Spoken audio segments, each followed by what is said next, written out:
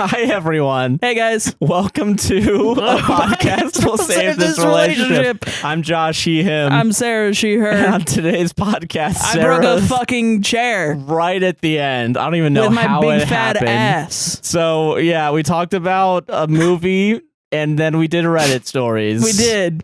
I guess we're rushing through this because Sarah has to bend over to do and squat to do this intro. Sorry. So all the timestamps are down in the description. We have merch. Look at it. Merch, yeah. She's wearing it right now. I'm wearing it too. Yeah. And don't forget to like, comment, subscribe, hit the gosh darn bell, and raise 5 stars on Apple and Spotify podcast. This was a fucking mess of a recording. Yeah, don't watch this one. Don't watch it. Part 2. Yeah. Enjoy the episode if you do watch it, and we'll see you there. All the links in the description, timestamps, Palestine Links, distributed links, merch links, everything's there. Yeah. Enjoy the show. Fuck Drake. Free Palestine. Yeah. Bye. I love you.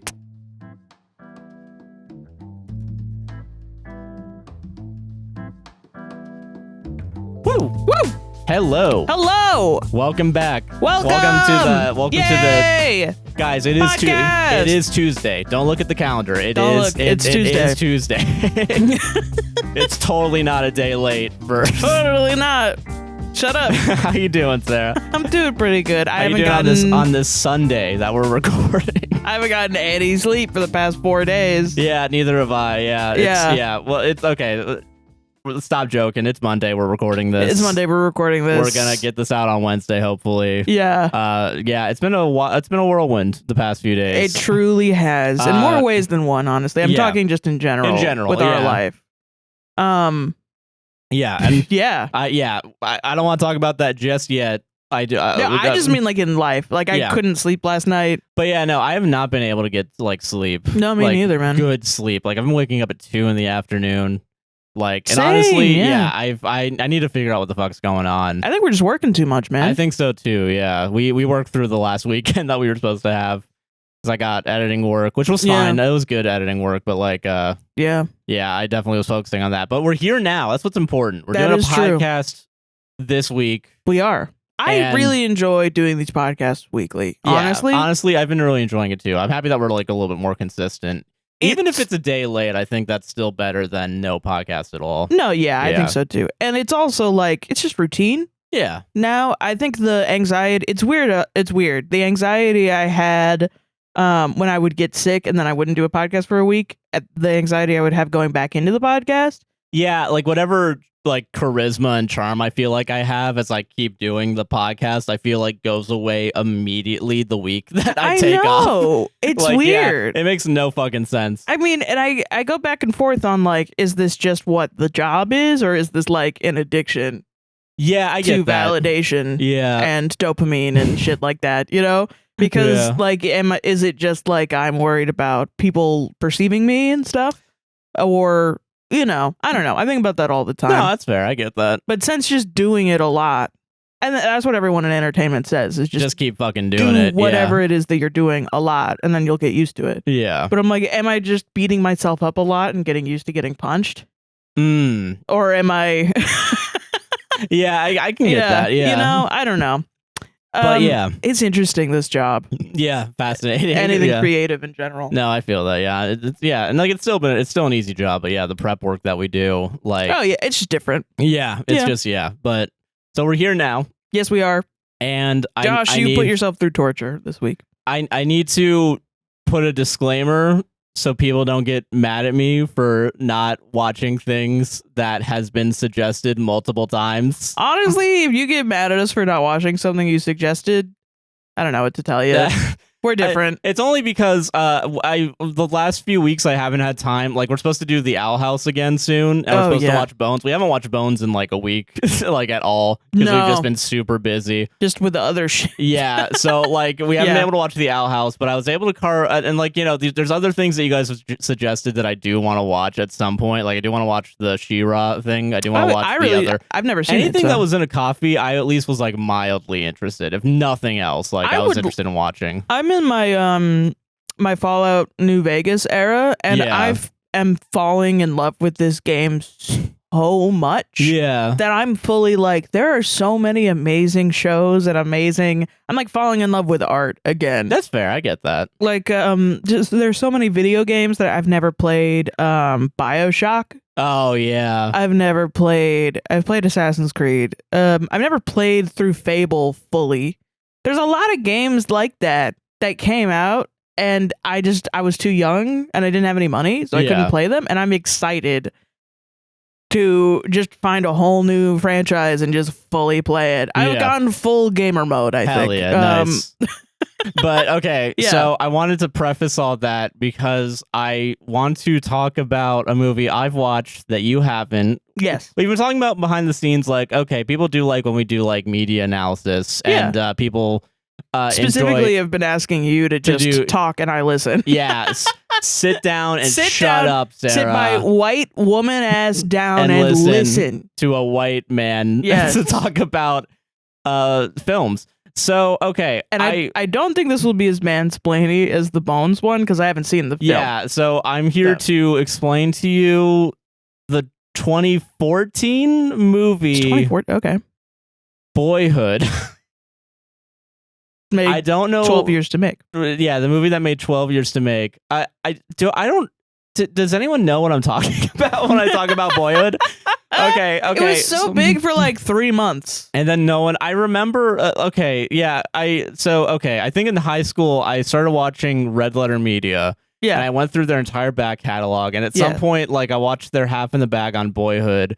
And I just remember both of them like saying it sucked multiple times. Yeah. And I was like, oh, that sounds like a bad movie. And then I never watched it. Yeah. You and I met and I was like, oh yeah, Boyhood, it took 12 years to make. And that became like an inside joke between us. And I've never watched it. I had also, it was so weird. We like the exact same things and we just always have. Yeah. Separately. And then we met each other and we were like, a good meshing. We like all of the things. Yeah. Yeah.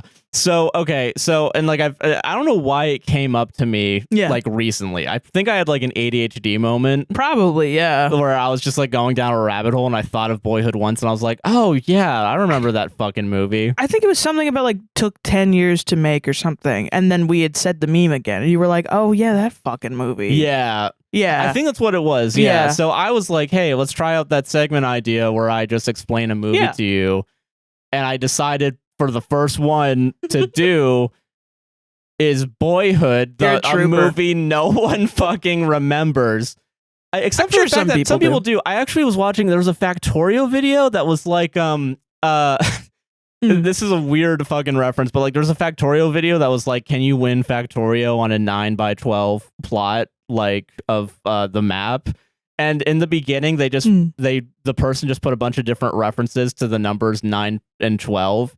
And in Boyhood, they reference 9/12, so they put a scene from Boyhood in this Factorio video, and I was like, "What the fuck is going on? We're getting really esoteric in our culture." Yeah. So okay, I watched. I took notes. Yeah. I didn't write them down because I want to actually make sure I could read them because there's not this. Okay. Yeah.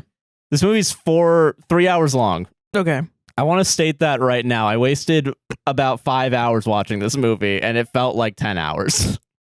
Why 5 hours? Because I took breaks. I had to take breaks, and I've made notes for each hour, and for each hour. Well, because I wrote down all the plot points that happen in this movie. Because I don't all 5 of them. All 5 hours of this movie. No, all 5 plot points. All 5 plot points. Yeah. Well, okay, this is what I'm fascinated by this movie. Yeah. Because it's super boring. Okay. And when I wrote it down, it seems like a lot happens, but nothing does. And a lot of the same things happen in this movie. It's really weird. Interesting. So, okay. We talked about making 12 years to make. Here's the story of Boyhood behind the scenes. Yeah. It started shooting in like 2013 or something, or not 2013, 2003. Okay. So 2003 to 2011. It's by Richard Linklater. I think that's how you say his name. Yeah. He had this idea. We're gonna show a boy literally growing up on screen, right? Yeah. That's the gimmick. We're gonna watch this. We're gonna shoot a movie for 12 years. We're gonna have 2 kid actors, 1 kid actor, really. Which sounds like torture. Yeah. Because, I mean, we all know, my stance on kid actors, I think they should be safe. I don't really think they should exist. Yeah. like we could figure out. I don't know. I think children get exploited in the entertainment for sure, industry. and that's what I believe. A 12-year long fucking project. Yeah, where a kid actor like has to commit to it every year. So like the way they shot it, I think, is that every year they did like maybe a month of filming, like, and then like the kid grows up slowly, and you do see it on screen, and it's kind of interesting. Well, I mean, like, who the fuck would want to work with the same child actor for 12 years? Crazy people, insane people. Dan Schneider, which is a photo. joke. It's a joke, okay? Yeah. All right. But okay. All right. So yeah, so they filmed this movie, and the kid grows up, and everyone's growing up. It's all the same cast of characters, and they really focus on the male kid, the boy kid, Boyhood. But there's also a daughter. There's also a daughter that grows up, and no one fucking mentions the daughter ever. Love it, because this is a story about, I guess, the boy. Yeah, and it's so fucking boring. Okay, it just doesn't sound interesting as a concept to me. Maybe not in the year 2024, because I was thinking about it more like maybe if I was an adult when it came out, I might have thought it. Yeah, and like it's cool. it's weird because like I think there's other shows too that like TV shows have existed. I think that Red Letter Media. I think I'm remembering this. They mentioned this where like TV shows, that go on for 12 years, and if they have a kid actor, you see the kid grow up as well. Yeah. Any show that goes on more than 5 years, you'll probably see the aging of the actors in one way or another, Yeah. Or like, and I guess like maybe in TV shows they might replace like child actors or like whatever, but still. I watched a clip of That's So Raven recently. It was the I woke up and you weren't there with Kyle Massey. Oh yeah. And he's so young. I didn't even realize at the time. And essentially, I kind of had this moment where I was like, damn, I kind of grew up with Kyle Massey and all these kids on these TV shows. Yeah. And I remembered this line from, I think, Corey in the House, where his dad's the chef for the president of the United States. Yeah. And it's the advisor for the president is like this like brunette lady that's like really mean and like boring and political, I guess, is her shit. And so they're like telling scary stories, and she says like, here's a scary story that's real. It's scary because it's real. Yeah. And she goes, when you guys get to retirement age, Social Security will have run out. And that's so fucking real? Yeah, what it's the like, hell? what the fuck? Yeah, why is this on my Disney show? But what the fuck? I didn't realize that kid that kid was grown. Yeah, no, I feel that. Yeah, like Kyle Massey has grown up, and I mean, it's not like that unique of like it's not a new concept at all. Not even a new concept, or like a new idea. Yeah. So okay. So but yeah, Richard Linklater in 2003 was like, we're gonna watch a boy. Yeah. And also a daughter who also, I think, coincidentally is played by his daughter, like in real life. Like his real life daughter plays the daughter in the movie. Yeah. Which is fucking crazy that we're only focusing on the boy, but whatever. Yeah. So, okay. There's problems with this movie before I even get into the plot points. Yeah. But these problems will get more clear as the plot points are said. Yeah. It's okay. So it's boring. I've already said that. And part of the reason why it's boring is that like, for the first like hour, it's like really badly shot, and it's like really Okay, so they have I feel like they started getting money halfway through the production as it was slowly growing more, because I don't know how the fuck you would finance a movie like this. Yeah, because it's gonna take 12 years to fucking make. So like in the beginning, like there's like it starts off. I maybe I'm just gonna go plot by point now. Fuck it, whatever. Fuck it. All right, so okay.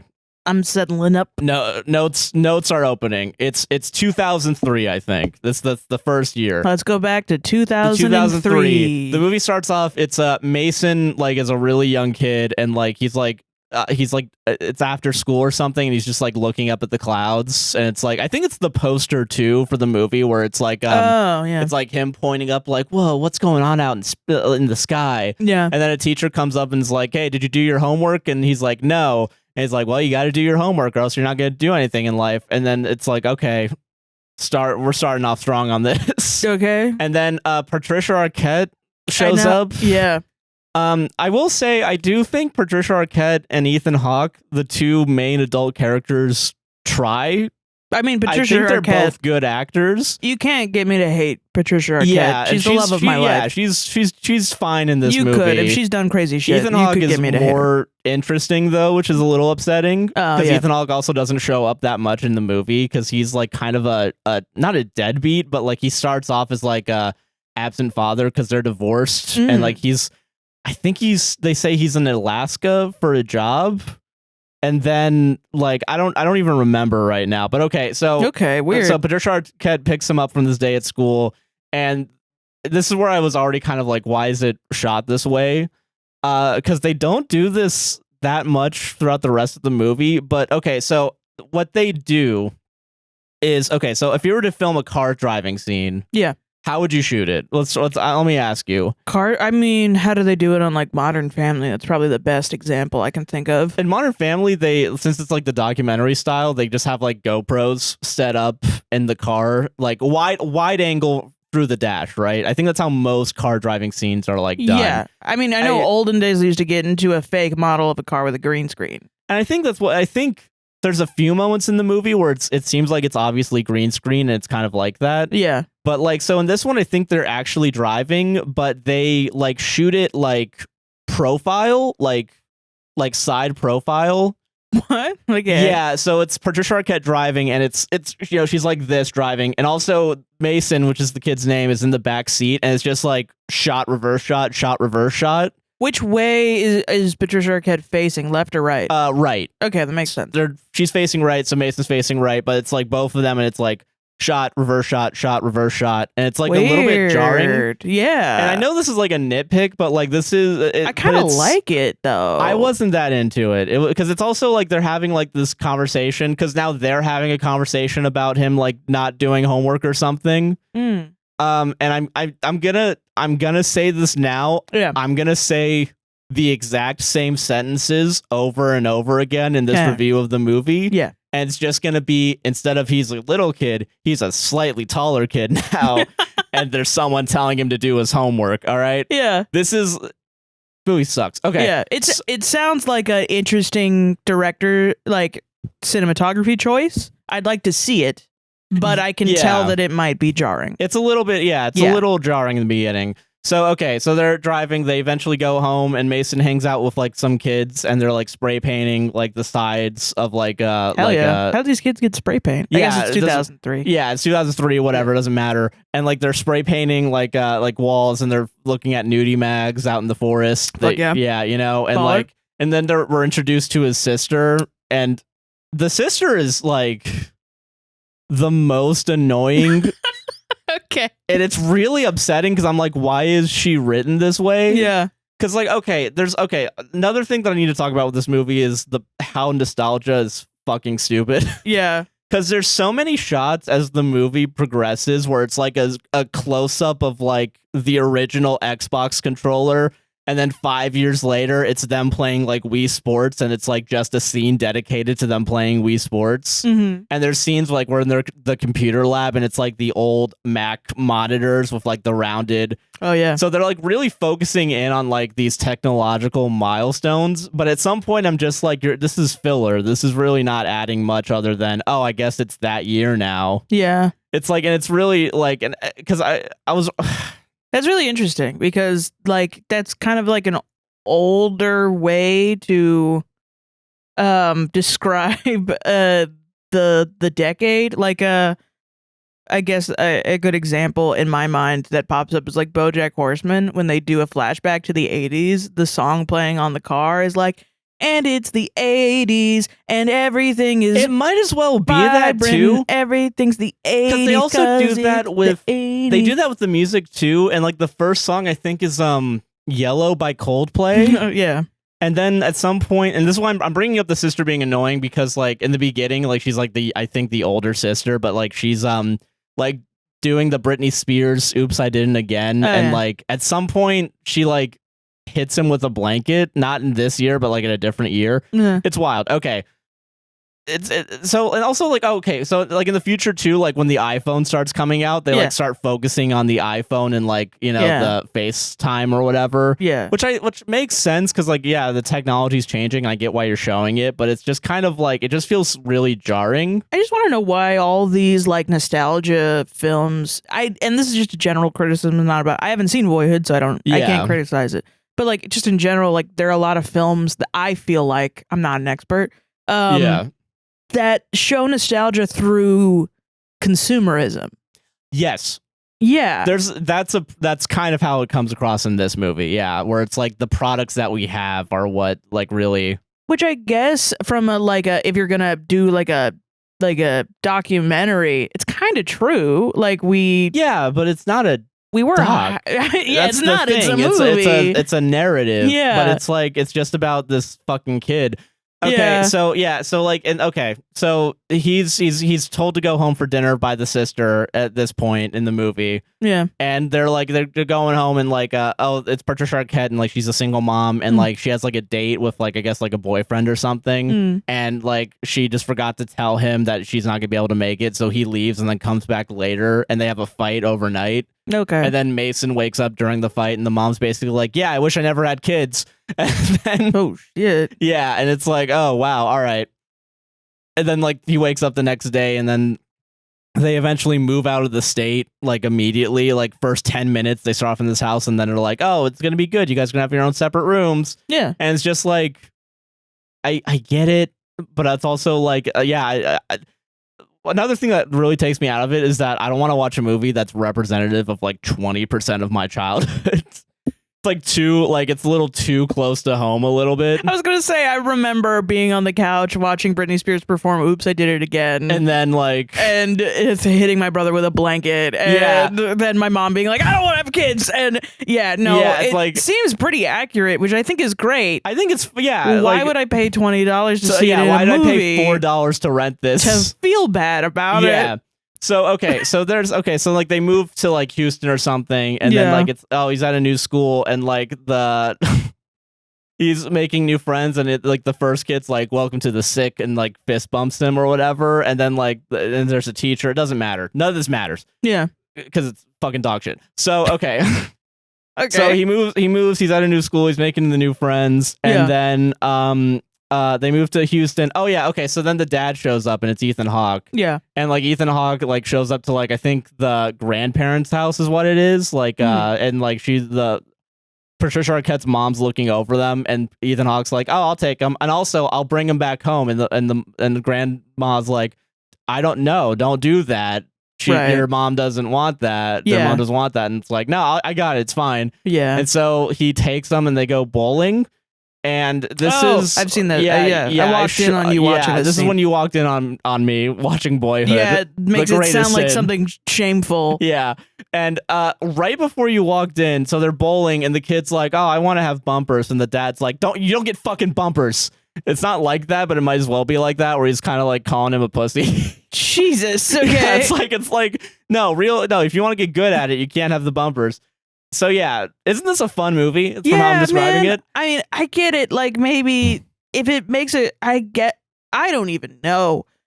I'm only speaking from my personal experience. If someone else out there watches this and it helped you, I'm not criticizing that at all. I hope if good to find something, but like even if they made some sort of like big discovery about childhood abuse, in the movie that is impactful, or at least like neglect, abuse or neglect, something like that. Like and that's great, but I don't know if it would outweigh the harm of just seeing my childhood come back on the screen, of just being completely misunderstood by my parents. Yeah, exactly. Fully. Yeah. So so then there's that, right? And also like he's Ethan Hawke is a smoker at this point, and like the daughter's like, like trying to tell the Mason about that, like after like she hugs him at the bowling alley or something. Oh, so like she smells it on him probably. Yeah, and so and then we smash cut to a CRT TV screen of the Iraq War, because now we're in 2004. Yeah. And then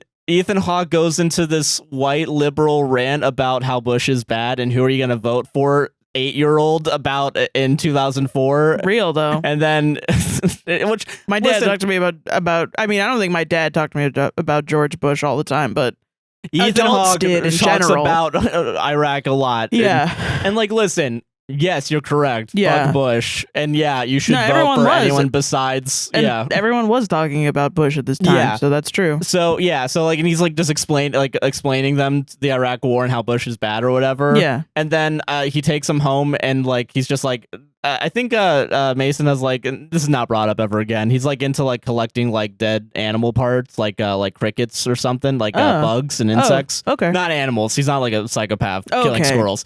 He's just a bug collector. Yeah. No, he's a bug collector. That's pretty common. Yeah. Yeah. And then the mom comes home and like she's like hiding her anger at Ethan Hawke Jesus, I couldn't deal with this, honestly. And then like she's like, yeah, can we talk outside real quick? Okay. And she's like, yeah. And then the kids go upstairs, look out the window. You can't hear them fighting, but they're visibly fighting. Yeah. And she's like pissed off at him. Fuck. Yeah. Isn't this fun? Isn't this a fun movie? You just describing this is a pit in my stomach, honestly. Okay. Ruining her plans. Oh, okay. So I don't know if it's this year or the next year because like it's 2004, 2005.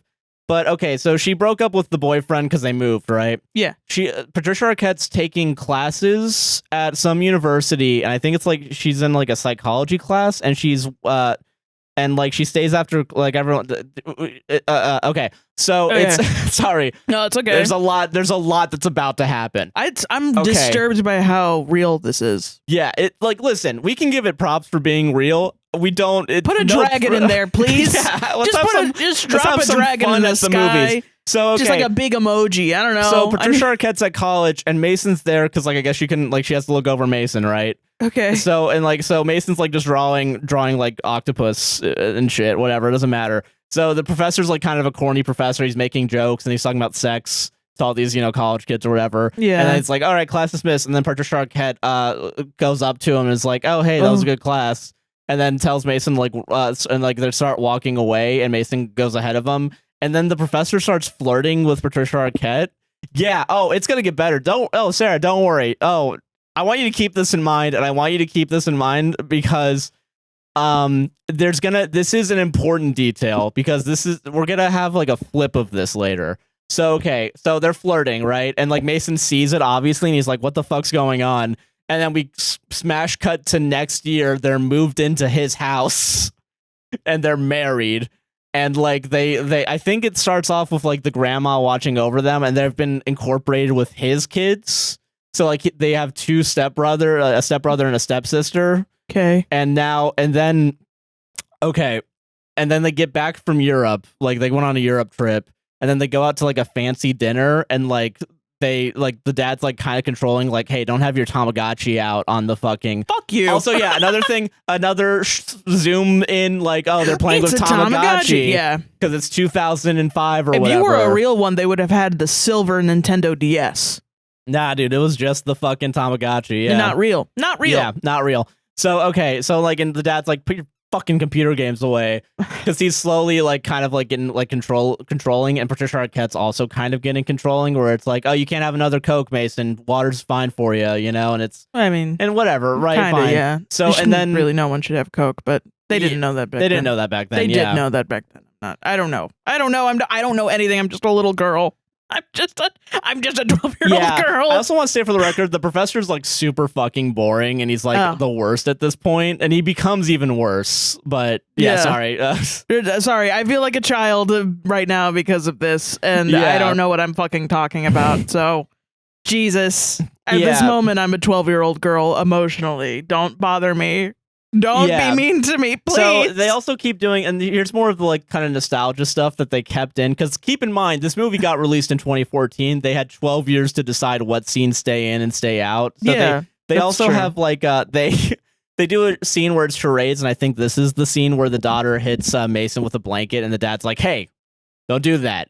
and then moves on and like tries to make a joke out of it because he's the one I think that came up with the charades thing. Right. So and then they do the Harry Potter and the Half-Blood Prince like midnight release scene for like the book. Oh my god. And so they spend like 5 minutes on that scene too. Like this is a 2-hour 45-minute movie and like 5 minutes is dedicated to the Half-Blood Prince opening the midnight release. I've never had a unique experience, I guess. Yeah, apparently not. Well, I'm going to talk about that too because there are issues with this movie beyond like beyond being too real. Yeah, I just can't believe how real it is. Yeah, so okay, so that happens, and then there's a scene where like they're all like the dad's taking the sons out golfing, and he doesn't get a putt, and he's like, God fucking damn it, he's like getting pissy. Yeah, and like then there's a scene where he goes pick up alcohol, and like he says to the kids, oh, I'm just gonna get some wine just in case there's guests over, and then his son, which is Mason's step brother, is like, there's never any guests over. So they're laying down the seeds of the dad being an alcoholic. Okay. And then in a scene that did not have to exist, Mason and everyone's coming home from school and they hear Patricia Arquette fucking yelling from the garage. And we pan to the garage and it's like only kind of open, but you can see Patricia Arquette on the ground crying. And the dad's just like, don't worry, guys, Olivia just had an accident. And then the kids walk away, and then he's like, "God damn, stupid bitch!" Like it's really fucked up. Why do you think the scene didn't need to be in there? No. It's like not even that it didn't need to be in there, but like a scene that like I didn't need to see, I guess. I thought this movie was gonna be more whimsical compared to how it looked. Yeah. I get it. I guess the poster, I thought it was going to be a whimsical. It's about a kid growing up, and it's like a little too real. It's excessively real. Yeah, I guess it's good to have. There's realism is good. No, yeah, I agree. Realism as a genre, as a type of art. No, I want to talk about that after this because I think it's fine. It's not for me, truthfully. No, my biggest complaint is like what's the message of this movie? Because there really isn't one. Spoilers, other than kids grow up. And that's true. Like when you see artists that like make really hyper realistic paintings and stuff like that. Yeah. There's a type of it that is like there's an artist that I follow. She makes a lot of like political art, but it in a hyper realistic style. But then she started incorporating more surrealist elements because fascism and for her all art is political, but and there are people that make like really hyper realistic pencil sketches of people, and I think it's a really cool expression of technique. I just don't know if it has a deeper meaning, but I also don't think art necessarily needs a deeper meaning. Yeah, no, I get to create art. I think that's great. I think you should continue making hyper realistic pencil sketches. No, yeah, it's just not the art that I seek out personally. Yeah. Okay, but no, I understand that. Yeah, but okay. There's a couple. Okay. So there's that scene. At some point, also, I think before that scene, they show him hiding alcohol behind like laundry detergent and like drinking out of it publicly in a blue cup. Oh yeah, because then in that scene, the Ethan Hawke comes back. That's his name, right? Ethan Hawke? Yeah, that's Ethan Hawke. Yeah, it's Ethan Hawke. Okay, good. I feel like I'm saying that name so many times, I don't think it's real anymore. No, it's so real.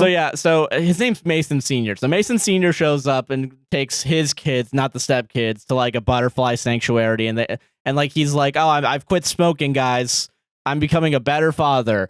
Might as well have said that at some point. Okay. And also he has like a scene in the car where it's like he tries talking with the kids and the kids are like, oh, I'm doing good. And then he's like, he like pulls the car over, parks, and is like, all right, we're not doing this, guys. All right.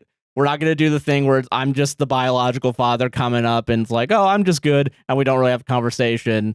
And then the kids kind of fight back a little bit of like, well, why don't you tell us about your day, asshole? Yeah. And then they get on their skateboards and go dab and run away. Yeah. But no, so yeah, and then he's like, all right, you know what, fair. And then they go to a butterfly sanctuary and that's like 10 minutes and they play tag and it's cute, whatever, fine. Okay.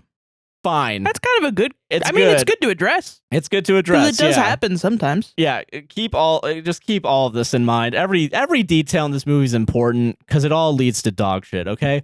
So okay, I'm interested as fuck to know where it goes. So then they do that, and then they have like, there's this scene that's really funny to me, and it's not supposed to be funny. It's it's everyone at the table because the dad's becoming more and more of an alcoholic, and he's like, and it's funny. Yeah, okay. Well, there's one part that's really funny that I started laughing because I'm like, God damn it, don't do this. So okay, so like the kids are like, so the sons are doing chores or whatever, and then the dad's like, oh, you didn't finish it, and he's like holding his alcohol and like spilling it all over or whatever.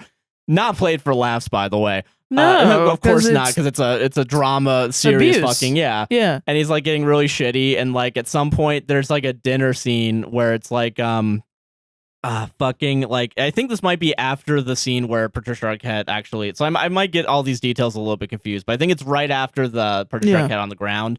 It's like all of them around the dinner, and they're all just acting awkward, and the dad's like still drinking, and he's like getting mad at the kids and like throwing shit. And at some point, he just like stands up after throwing something and just audibly yells, "I hate squash," and walks away. That is kind of funny. It's a little fun. It shouldn't be, but it's a little funny because it's just like it feels like almost out of nowhere too. Because like, I mean, I get it. No, I get it. I think it is hyper realistic, but it's also like abuse is like that sometimes. Like there's shit that my grandma did that was funny as fuck, but it was abuse. Yeah, no. Like she threw shit at my brothers once, and it was just like because it was a bunch of bread, it was like played for laughs. Yeah. But like she would go and push you and throw things, and it was a signal of violence. Yeah, and it sucks that it's funny.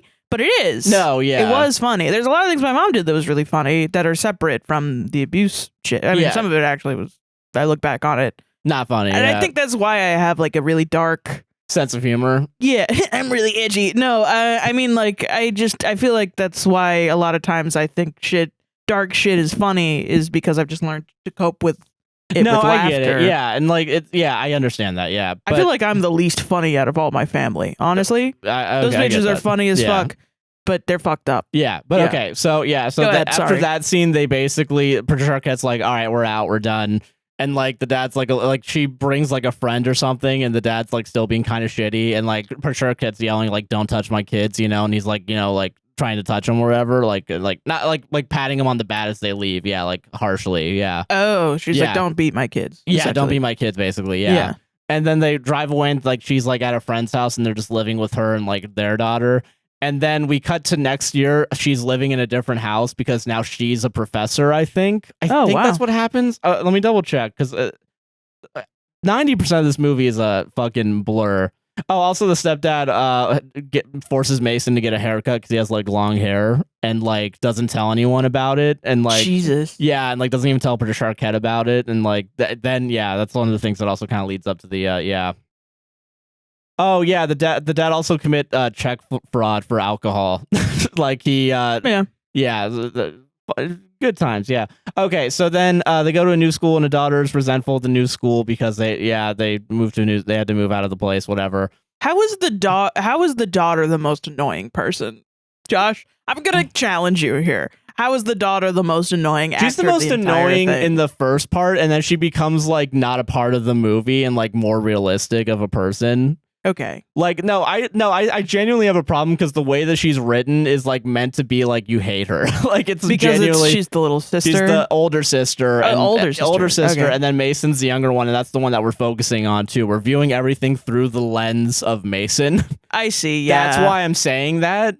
Because in reality, like she eventually turns out to be just like a normal teenage girl or whatever, and like that's it. So when you were a kid, because you have older sisters, did you view your older sisters as annoying? Not really, no. So that's, I guess, I get what you mean then. Yeah, that's why I'm saying, like, I don't think my sisters were like annoying at all. Also, they were like 9 and 7 years older than me. True. But like, they really are like kind of like the sisters played off as like a smartass.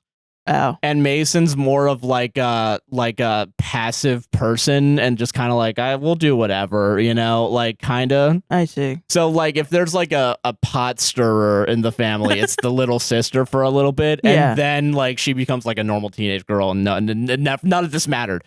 So yeah. Yeah. And I mean, I will say. That's why I say that. Yeah. As the youngest, also looking at my brothers, like I probably was annoying to them. Yeah. But they were cool as fuck to me. No, I get that. And I feel like that's the normal response. But people probably have Yeah. like think their older sisters are annoying. Yeah. Just a different life experience. Yeah. You know?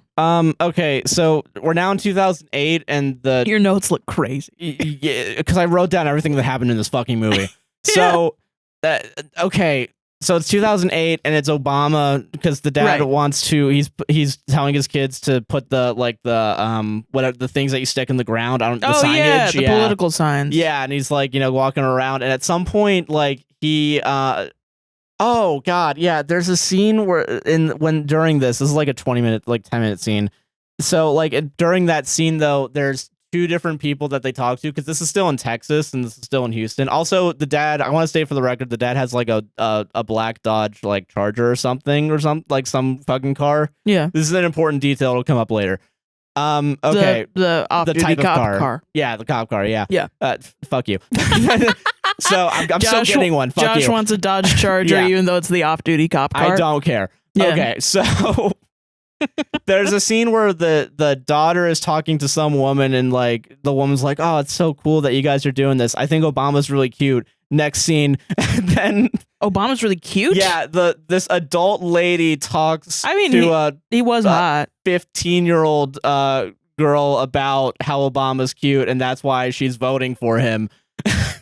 I don't remember anyone saying that, but I was also too young, I think, for people to be like, oh, isn't Obama hot? But I do remember after Obama's presidency, people were like, that was maybe our sexiest president. No. And also a war criminal. So. Yeah, whatever. But and then they go to some guy's house and he's he has the Confederate flag and he's like, do I look like an Obama supporter? And he says that to Mason and Mason's just like, I don't fucking know. Which is, I think that's the most, there's some little moments I'm like, okay, I get why this movie exists. Yeah, it's a little cute moment of a kid not knowing what's going on because his dad's just telling him to put fucking things up. I think that it's also necessary to take real situations like this and just lay them bare. Yeah, I agree with that. On the screen. Because I can imagine being shocked and horrified watching all this. Yeah. But it's so real to my childhood. And there are people that I talk to about my childhood, they just don't get it. Yeah. And if they just were forced to sit down and watch a movie of my childhood, I feel like they would get it. No, I get it, yeah. And so I can understand maybe why. Yeah. Sorry for being the fucking devil's advocate here. No, it's fine. You're not going to be the devil's advocate by the end of this. Don't worry. Okay. I'm waiting for the red button.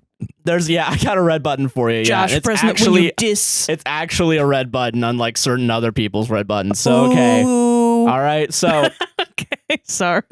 So they have another bowling scene, and then because this is around the time Facebook starts blowing up, so they have to mention Facebook, and it's the dad's Facebook stalking the daughter because he brings up a dude that the daughter's friends with that he doesn't know about, and it leads into the scene, which I think, by the way, I'm totally pro telling your kids sex education. But it's an awkward scene where it's just what are you guys using? Well, there's two ways to not have a baby. One is abstaining, and then second is contraceptives. And it's an awkward conversation. Yeah. And then a lady shows up that he knows, and it's kind of implied that they're dating.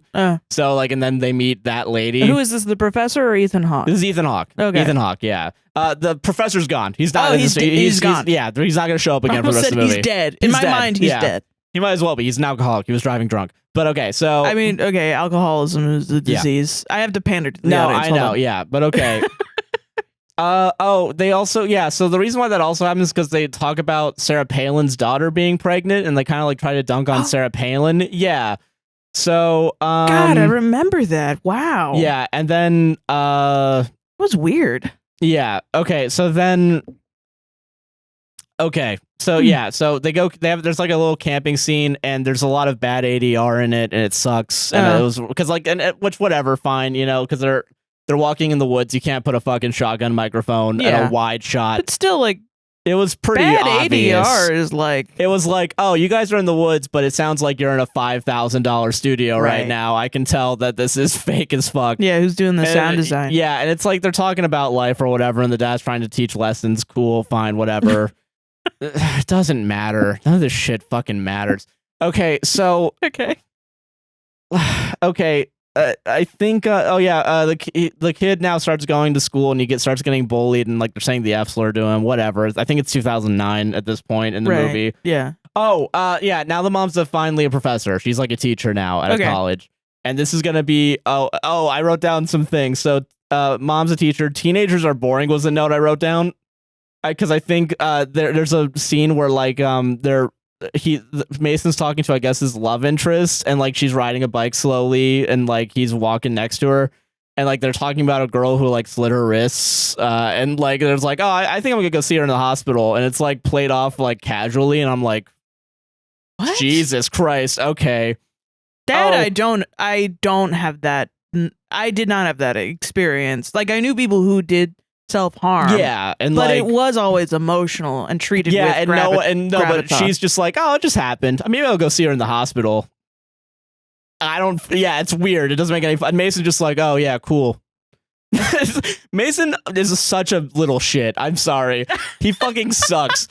Dude, he's becoming like and he's gonna get worse, by the way, as he becomes a teenager. I was gonna say, I also didn't have he's like, I don't care about your Confederate flag ass. Like, I remember seeing kids with the Confederate flag in middle school and being like, what the fuck is wrong with you?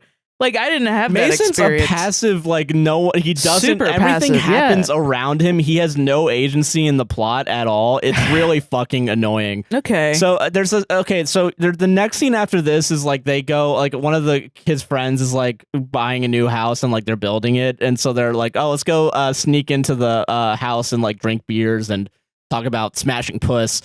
And then so then here's some fun teams camping and talking about fucking pussy and drinking beer is what I wrote. Okay. With some hot famous things that I remember saying as a teenager. Oh yeah. Things including penis wrinkle, what? Cum gum, and fuzz nuts. And that's the insults that they use to each other because they're all talking 2009? In 2009, yeah. Maybe, but like I remember my brothers calling each other Dingleberry. Yeah, that's fair. But Dingleberry's not brought up. Fuzz nuts is, but not Dingleberry.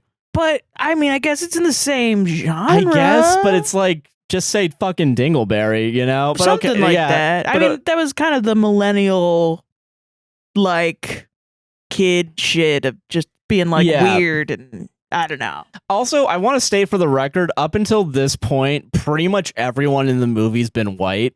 It's a real cracker fucking fest, this movie. Well, I guess it's in Houston, Texas. They're trying to show like an insulated. And I get the Confederate flag thing, but I'm also like, why is no one teaching their kid about racism? But also it's Texas, Houston. And I can believe it. Yeah, but like, so this is like also like one of the first few times that like a person of color's in. There's like I think an Indian kid is and also coincidentally the one that gets bullied the most. What a weird coincidence. That makes sense. Yeah. Yeah, and they're like really bullying him. There's a scene, I forgot about the scene, but I was rewatching the Red Letter Media thing where they throw like a saw blade up against a wall. And then the Indian kid holds like a plank of wood in front of like himself, and behind him is the saw blade, and like one of the older kids like tries to punch through it and punches through it, and nothing happens, so he doesn't get hurt. But like they really set it up like, oh, he's gonna fucking die because this kid's not gonna fucking break through the thing. So like he was gonna punch him in the face and push his head into the saw blade? No, so like another kid was like, oh, hold on to this board, I'm gonna punch through it because I'm super cool and I'm drunk right now. And then oh Jesus. But like behind him is the saw blade, so it's like just there, like, and it's like, what's gonna happen? And then like he might actually hit him on accident and then go through the thing. Yeah. Wow. Yeah, it's really fucking weird. Really fucked up. Yeah, so that happens, and then he doesn't get hurt, so nothing happens. Yeah.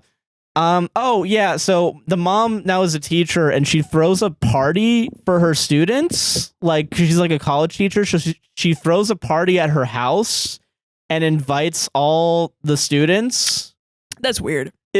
Yes. That's weird. So okay, strange. I remember what happened with the professor flirting with a student, right? No, what? So what happens is there's like a guy there that like Patricia. Yeah, Patricia Arquette like starts flirting with this guy, and I don't know if it's in this scene or another where he talks about like after 9/11 he decided to go back to the military. So he's a military guy. He got out of the military because he went to college. He used military to pay for college. Then 9/11 happened, and then 9/12 he was back on the thing. Okay. Who is that? Ethan Hawke? No, this is a new guy. This is boyfriend number 3 right now. What happened to boyfriend number? Oh yeah, so boyfriend number 1 was in the original place. Professor. This is now boyfriend number 3. Student of Professor Patricia Arquette. Is she young? Is he young? Yes, he is. He's. I think they might be about the same age, but because he if you're in looks the young. So he went to the military after high school, and got then out, and then 9/11 happened. And then 9/11 happened, and then he went back into it. Yeah, so he can't be that young. He's probably not that young, but he looks a lot younger. He might be in his 30s. What? Okay. Yeah. He might not be that young. Yeah. Yeah. I mean, still inappropriate power balance. Yeah. Because yeah. Oh yeah. So okay. That happens, right? So then, cut to next year, and like Mason's making out with a girl in the backseat of someone else's truck, and he gets dropped off. Yeah. And then it's revealed that they're living in the student's house now. So the student that Patricia Arquette's now married to, this lady never owns her damn house. Yeah, no, she just moves into every guy's house. I think technically, they own it together. Yeah, but like that so he it's like his birthday or something. He's like 15. So like then, God, shit's about to get a little bit crazy. So yeah, so he's like he's drinking and getting high, and Patricia Arquette's like, oh, are you that? And like she's having her own little party with the student that she's now married to, and then a bunch of other people. Okay. And then he's just like, yeah, I'm high, and then goes to sleep and wakes up. Next morning, this is an important scene, apparently. So next scene is Patricia Arquette talking to 2 Hispanic laborers who are like trying to fix a pipe, and they only speak Spanish kind of, and like a little bit of English. And Patricia Arquette's like, oh, only one of them specifically. One of them's like, oh, you're smart. You should go to community college, and like take night classes or whatever. Okay. And that scene happens. Okay. And then we cut to Ethan Hawke with his new wife that was from the bowling alley, I think. Oh, okay. And they have a kid. Because that happens. Whatever. Fine. And like Ethan Hawke and the new stepdad, that's the student of Patricia Arquette, have a conversation or whatever, and it's like, oh yeah, kids, haha, fun. And then Ethan Hawke takes the kids to like her grandparents' house, the new wife's grandparents' house. Yeah. And they give Mason a Bible with his name engraved in it, and then the grandfather gives him a fucking rifle. Yeah. As a gift. Yeah. And there's like a 5-minute scene of them shooting it and like him getting better and bonding with the grandfather or whatever. Do you think that's wild? No, I don't think it's wild. I think it's normal. I think it happens in fucking Texas. Yes. For sure. Yeah. I had my name engraved in a Bible. Yeah. I need water. Hold on. I don't even know where that shit is. And that was like a hand-me-down. Yeah. So, okay. Damn. But yeah, so, and then they have like a conversation, and like the daughter asks Mason, why are you such a stick in the mud? And then the dad comes in, and then I think the daughter asks, so are you like a religious nut now or something? Because I think they go to church at some point. And then like talks about like baptizing Mason at some like as like a joke.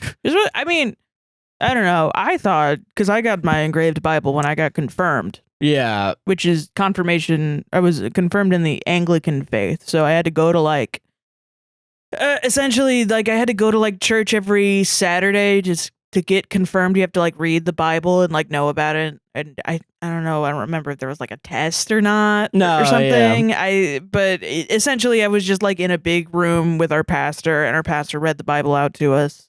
And then at the end of it, it was like, now in the eyes of God, I'm an adult and therefore I can sin. So I have to keep going to church to drink the blood of Christ and take the body of Christ so that my sins are forgiven continuously. Okay. Yeah. And then that's when I got my Bible. And that was like supposed to be like the big tradition or whatever. So it's interesting that he's not even baptized. No, yeah, he just gets it. Yeah, But I mean, it's kind of how laissez-faire it kind of is. Yeah. Which is kind of the criticism of like Christo-fascism, is like the rules are just whatever you want. Yeah, no, I get it. Yeah, but okay, yeah, sorry. Okay. So there's other scenes I gotta talk about too because I forgot about them. I'm looking at my notes right now. Finally, yeah, no, it's okay. Okay, so also remember that Dodge Charger? It's gone. He has a minivan now, and Mason's pissed about it because at one point when he was 4, Mason Sr. told one of his friends, "Oh yeah, he's gonna get it when he's 16," and then that doesn't happen, and now he's like pissed off. Yeah, yeah. And oh, hold on.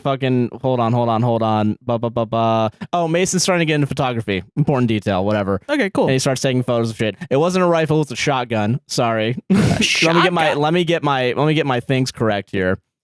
And then early on too, there was a scene where like Ethan Hawke, I think it's the scene where like he stays for a weekend at Ethan Hawke's house, but he has a roommate because he doesn't have a job. And they like play music together, and in this scene they play music together too, like as a whole family. They sing like a song. Cute, fine, whatever. Yeah. And I think that's all that happened. Oh, iPhones are still here. Lady Gaga's a thing, so they reference it, and then yeah. Okay.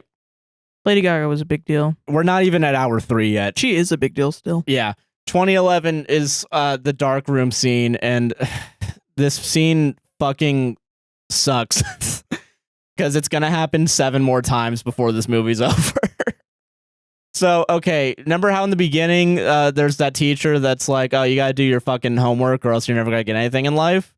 That happens here again, but it's Mason in a dark room, and some teacher comes in and is like, well, you got to do your homework if you actually want to become like a fucking artist, you asshole. And he does that, and he's like, all right, you're going to shoot a fucking football game, and like you just have to take shots of it or whatever.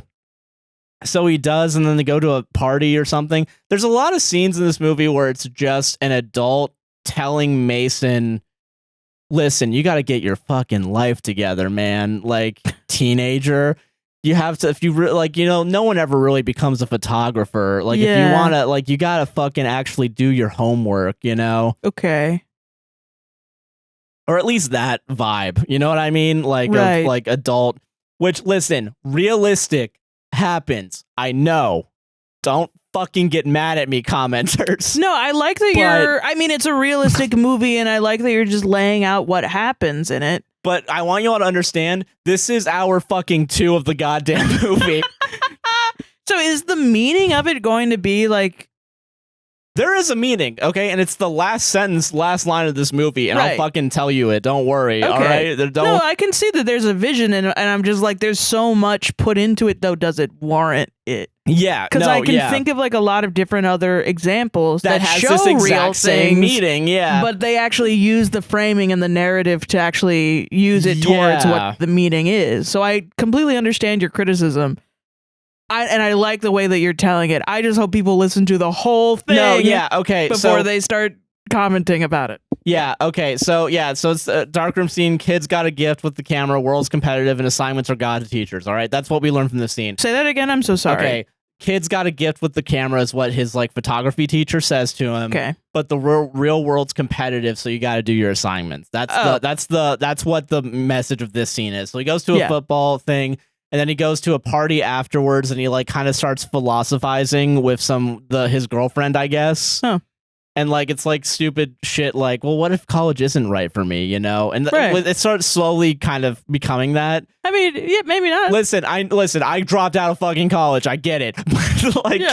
Listen, this movie's stupid about it. All right. Okay. So you're not saying that he's stupid for not wanting to go to college. No, no, I'm not saying that's stupid at all. But this movie's fucking stupid.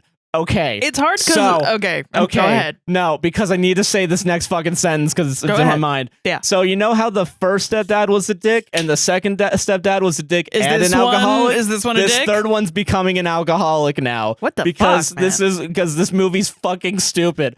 Okay. So, well, I mean, okay, go ahead. No, because it's literally like, listen, I think there's plenty of alcoholic people out there, and there's plenty of dicks out there that, you know, like they become assholes and like they have a problem. I know that. But it's in the exact same way as the second alcoholic was, where he's like getting on Mason's fucking shit about not being on time at home. Like, oh, you're fucking 15 minutes late. Oh, you think you're only half an hour late? And like it's on the porch, so it's like no one's fucking seeing it. It's like it's hyper realistic, and I know that, but it's like you've done this already when he was 5. Yeah, that's I mean, and when he was 8, and now you're doing it when he's 15. Like, okay, let me make an argument though. Okay, make an argument.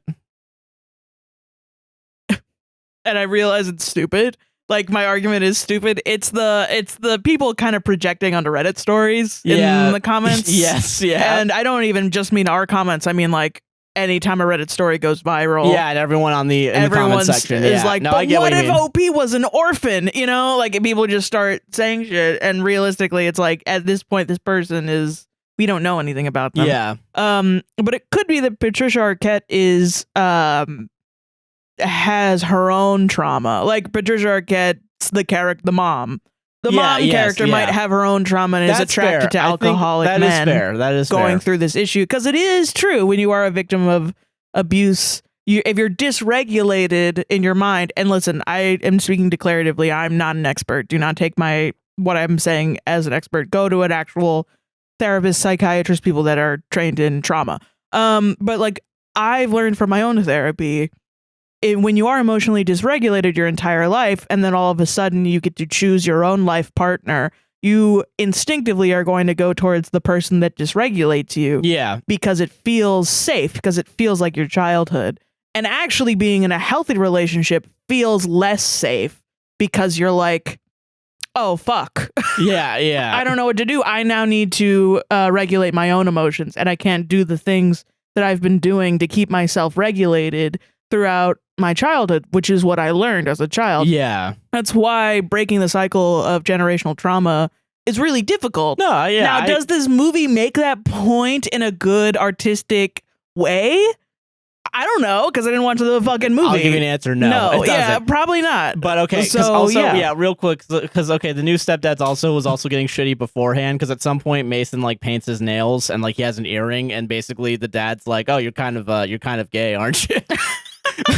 And this is like at breakfast too. Oh God. Yeah. So yeah, it's like that's the scene that happens the shit before. we're still dealing with in 2024. Let me give you a quote from Mason, because Mason's getting more fucking annoying as he becomes a teenager, and he's like talking about like he's worried about going to college for photography or becoming a photographer, right. And he says, quote, "I'm afraid of what people think about my photography, and that's the reason why he's scared," which is real. Me too. Get it. Fucking get over it. You're annoying me, Mason. Because not only that, too, this sentiment's gonna last for 3 more years, okay? Well, like, yeah, it's lasted me my whole damn life. Yeah, okay? So, I mean, sorry. I get it. I get, like, what it's episode really... is this? 195? I've worried... 196 even, don't worry. 196! Oh, shit! I've worried every episode what people think of me. It's so real. So, yeah, now, the stepdad... Okay, so the buy more new mic stands. Yeah, sorry. I know, yeah.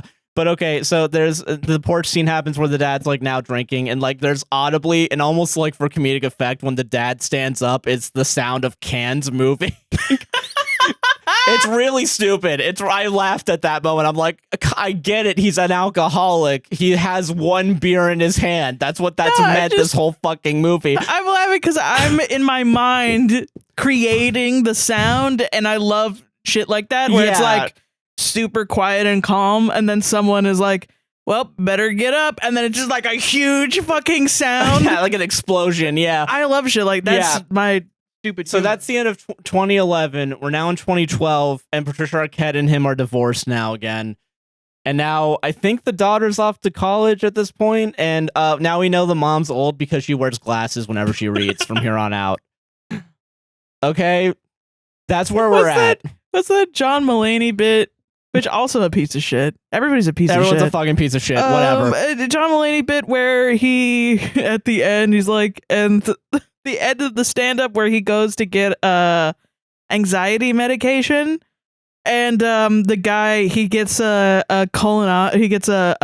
prostate exam. Yeah. And the doctor puts the finger in his butthole, and then he takes the finger out, and then John Mulaney's bent over, and because he's never had a prostate exam before, he thought he was shitting on the doctor. So he just goes, "I'm sorry." And then the doctor, so he's freaked out about that.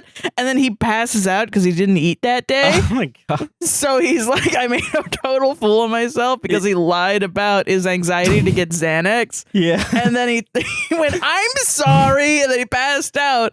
And then the nurse comes in and wakes him up, and he goes, "You've been here 3 hours. You gotta leave." God.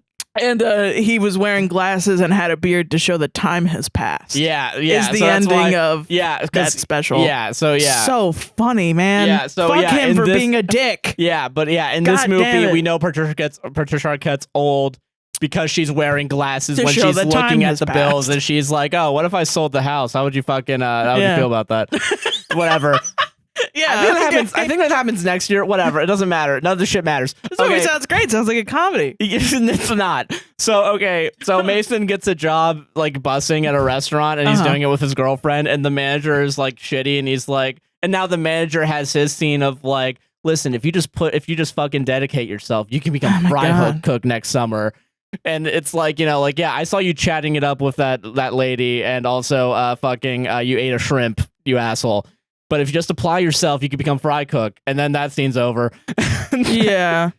So, okay. And then he, at this point I wrote, this movie is just a rotating cast of ancillary characters telling him they believe in him if he can just take responsibility for his actions. Yeah. That's what that's what the movie should have been called. Not Boyhood. It should be ancillary characters tell a boy to get his shit together. Please, and for the love of God. Boyhood is everybody telling you to get your shit together. Yeah.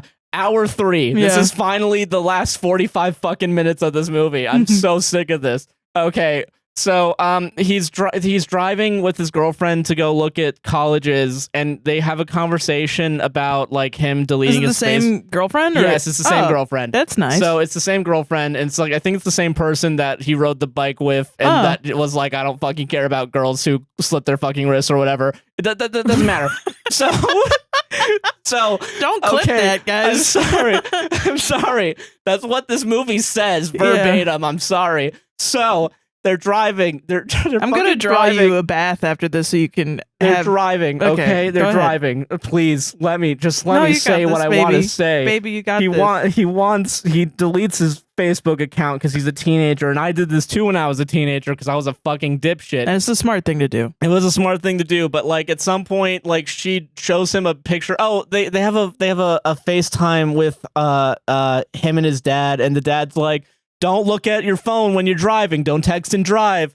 And then the girlfriend shows him a photo of a baby pig that she from like a friend of hers on Facebook, and he's like, "Oh, cool, I saw a pig." But they keep it on like him looking down at his phone for like 10 seconds away from the road because he's driving. So it kind of feels like he's about to get into a car accident, and then doesn't.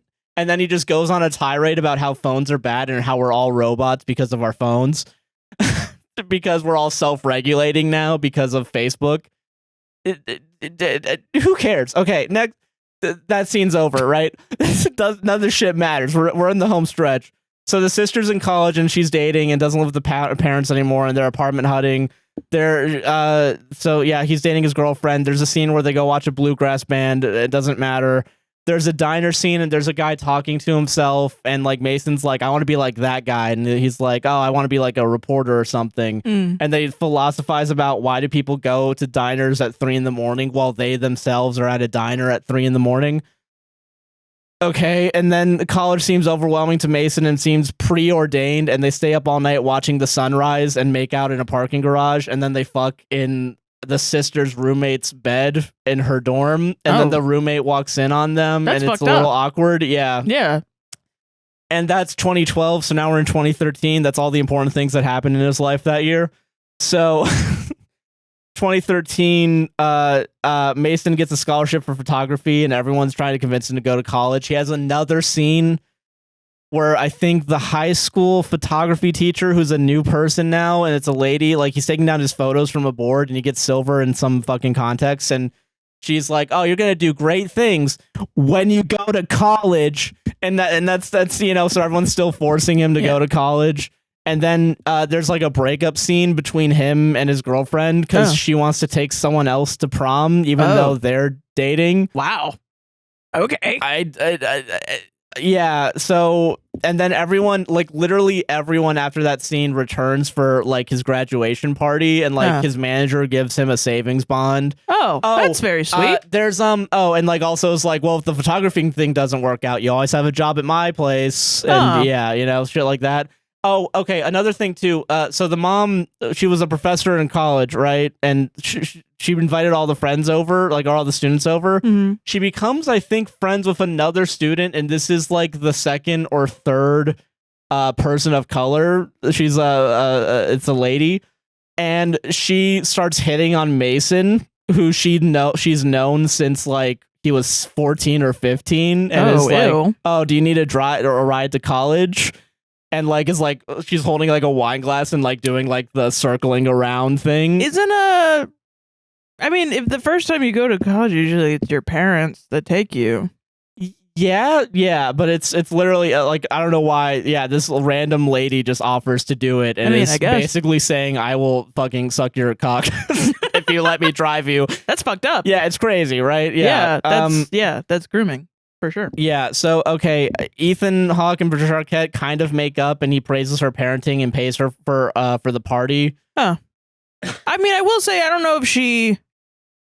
I mean, is she a good mom? Like, does she defend her kids? She seems okay, like, as a parent. She seems like a fine mom. It's literally all the husbands. Guys. Yeah, the guys suck. And, like, at the start, Ethan Hawke kind of sucks, but, like, he kind of brings it back, but then he starts focusing on his own family, and he starts doing it all over again with someone else and not really focusing on his first set of kids. I mean, I will say her being like, "Don't touch my kids" is good. Yeah, it's good. Yeah, and got him out of that thing. So Patricia Arquette's a fine mom in this movie. And I will say there's something to be said about like, resentment towards like a mom that keeps you in, that continues to have a relationship with a guy that is abusive to you as a child. There's something to be said about that being a reflection of their parenting, but also, I mean, nuance, because it's difficult to leave abusive relationships. Most likely he's abusive to her too. It's a rough situation all around. Yeah. So, okay. And then, so another thing, I think I talked about it earlier. There's Ethan Hawke used to have a roommate. His name was Jimmy. And they played music together. Oh, yeah. So Ethan Hawke brings him to like a concert venue, and Jimmy happens to be the headliner. He's now cool. the band. Yeah. That's nice. In 8 years, he was able to make a band. Cool. Awesome. Yeah. Good, and like and Ethan Hawke's like, yeah, you want a drink? Like, and he's like, no. And it's like, are you sure? And it's like, no, I don't. And they talk about like him breaking up and like how there's plenty of puss in the sea or something. Is that what they say? Or is that a Joshua Chinlund They might as well say it. All right, it doesn't fucking matter at this point. Like, okay, it does, because it's gross, Josh, and I want to chastise you. Here's some actual quotes from Ethan Hawke. Women are never satisfied and want to trade up. That's Ethan Hawke's philosophy. Oh my God. Yeah. So yeah, when I said plenty of puss in the sea, yeah, that was funny, but they might as well have fucking said that, all right? Just say it. Plenty of fish in the sea. You don't need to bring puss into it. But okay, and then I think Mason asked the question, what's the point of any of this? Yeah. Which is what I started asking at this point in the movie as well. And that's the end. No. Damn. You fucking wish this was the end. Okay, so next scene, mom, sister, and son eat dinner, and she's clearing the house because the mom's selling the house because it's too big for her now because all the children are leaving and going to college, and like all the kids are like, why are you fucking doing that? And it's like, no, because they're moving out, whatever. Okay, remember the Hispanic laborer that Patricia Arquette said go to community college and take night classes? Did he go to... He's back, baby, and he is the manager of the restaurant, and he's like a waiter manager, and he's like, oh, your advice really helped me out. That's nice. And this meal is for free. Oh, and nice. So that happens, right? It's very sweet. And that is the last time we see any person of color in this movie as well. Damn. That is, yeah. And I mean... No, because like I've been to Houston, and there are more people of color. It's not like a fully insulated white area, but I didn't go to Houston at the times that this movie was in Houston, so I don't know. No, yeah, but that's the representation that Hispanic people have, is that if you just work hard enough, you don't have to be a day laborer. You can become a manager of an Olive Garden. I'm gonna take a blind guess here and say that this movie is not nuanced enough to determine that meritocracy is actually bad. No, it's not. It's not, but it does help reinforce the message of if you go to college, everything will be good. Is that the message, or is it no, like it's not, but it kind of is, kind of isn't, because everyone's telling him to go to fucking college. Now I look back on it, and if there's not really a message, would you say there is? So I'm gonna. It's the last line is the message of the movie, basically. Unless they literally say college will solve all of your problems, but even then, I would argue now, looking back, I'm like, it's a pretty good piece of art. It's a good, in terms of like irony, but I don't know if that was its intention. No, I get, yeah. So, yeah. Okay. Because like, no, it's the fuck not. A lot of people went to college and spent hundreds of thousands of dollars on like they got student loans and hundreds of thousands of dollars, and now they're fucking crippled with debt that they can't lose, even in debt. No, I know. Yeah, I get it. But so that scene happens, whatever, and Patricia Arquette's like, damn, I did something with my life. And then, then there's... You don't have to sound so bitter. She's my favorite. She's the love of my life. I get it. And then it's the moving out scene, and he's packing all his shit, and he doesn't want to take his first ever photo he's ever taken. Right. The NSA get mentioned, which is because that's happening around this time. By the way, the 2008 financial crisis is very not mentioned at all during this. That's weird. But it's like maybe once, like it's like ancillary to it, like which is crazy because they bring up the NSA by fucking name. And then also Bush by name and Iraq by name, but not the 2008 housing crisis, because they can't have a scene where they get kicked out of the house because their fucking mortgage is a variable rate and they're fucked. Even me and my mom was a lifelong renter, and I fully believed I would never own a house, and I still don't own a house, so maybe that will never happen. I don't really care. But fully, and she even had a moment where she was like, "Fuck SunTrust Bank." Yeah. Fuck SunTrust Bank. SunTrust Bank sucks ass, because they started charging the $34 NSF fee before any deposits would go in. Like SunTrust Bank just like secretly was like, oh, all of the debits are going first. Yeah, God. And that's not how it was before that. And so she was constantly getting NSF fees that she didn't deserve because she was putting in checks to stop getting the overdrawn. And they were like, well, maybe you should never be overdrawn. And she was like, fuck you. Yeah. And then left to so that's never referenced at all. I think like it's maybe I guess it's kind of boring, but it didn't impact a lot of people's lives. Yeah, and it's not really brought up at all. But okay.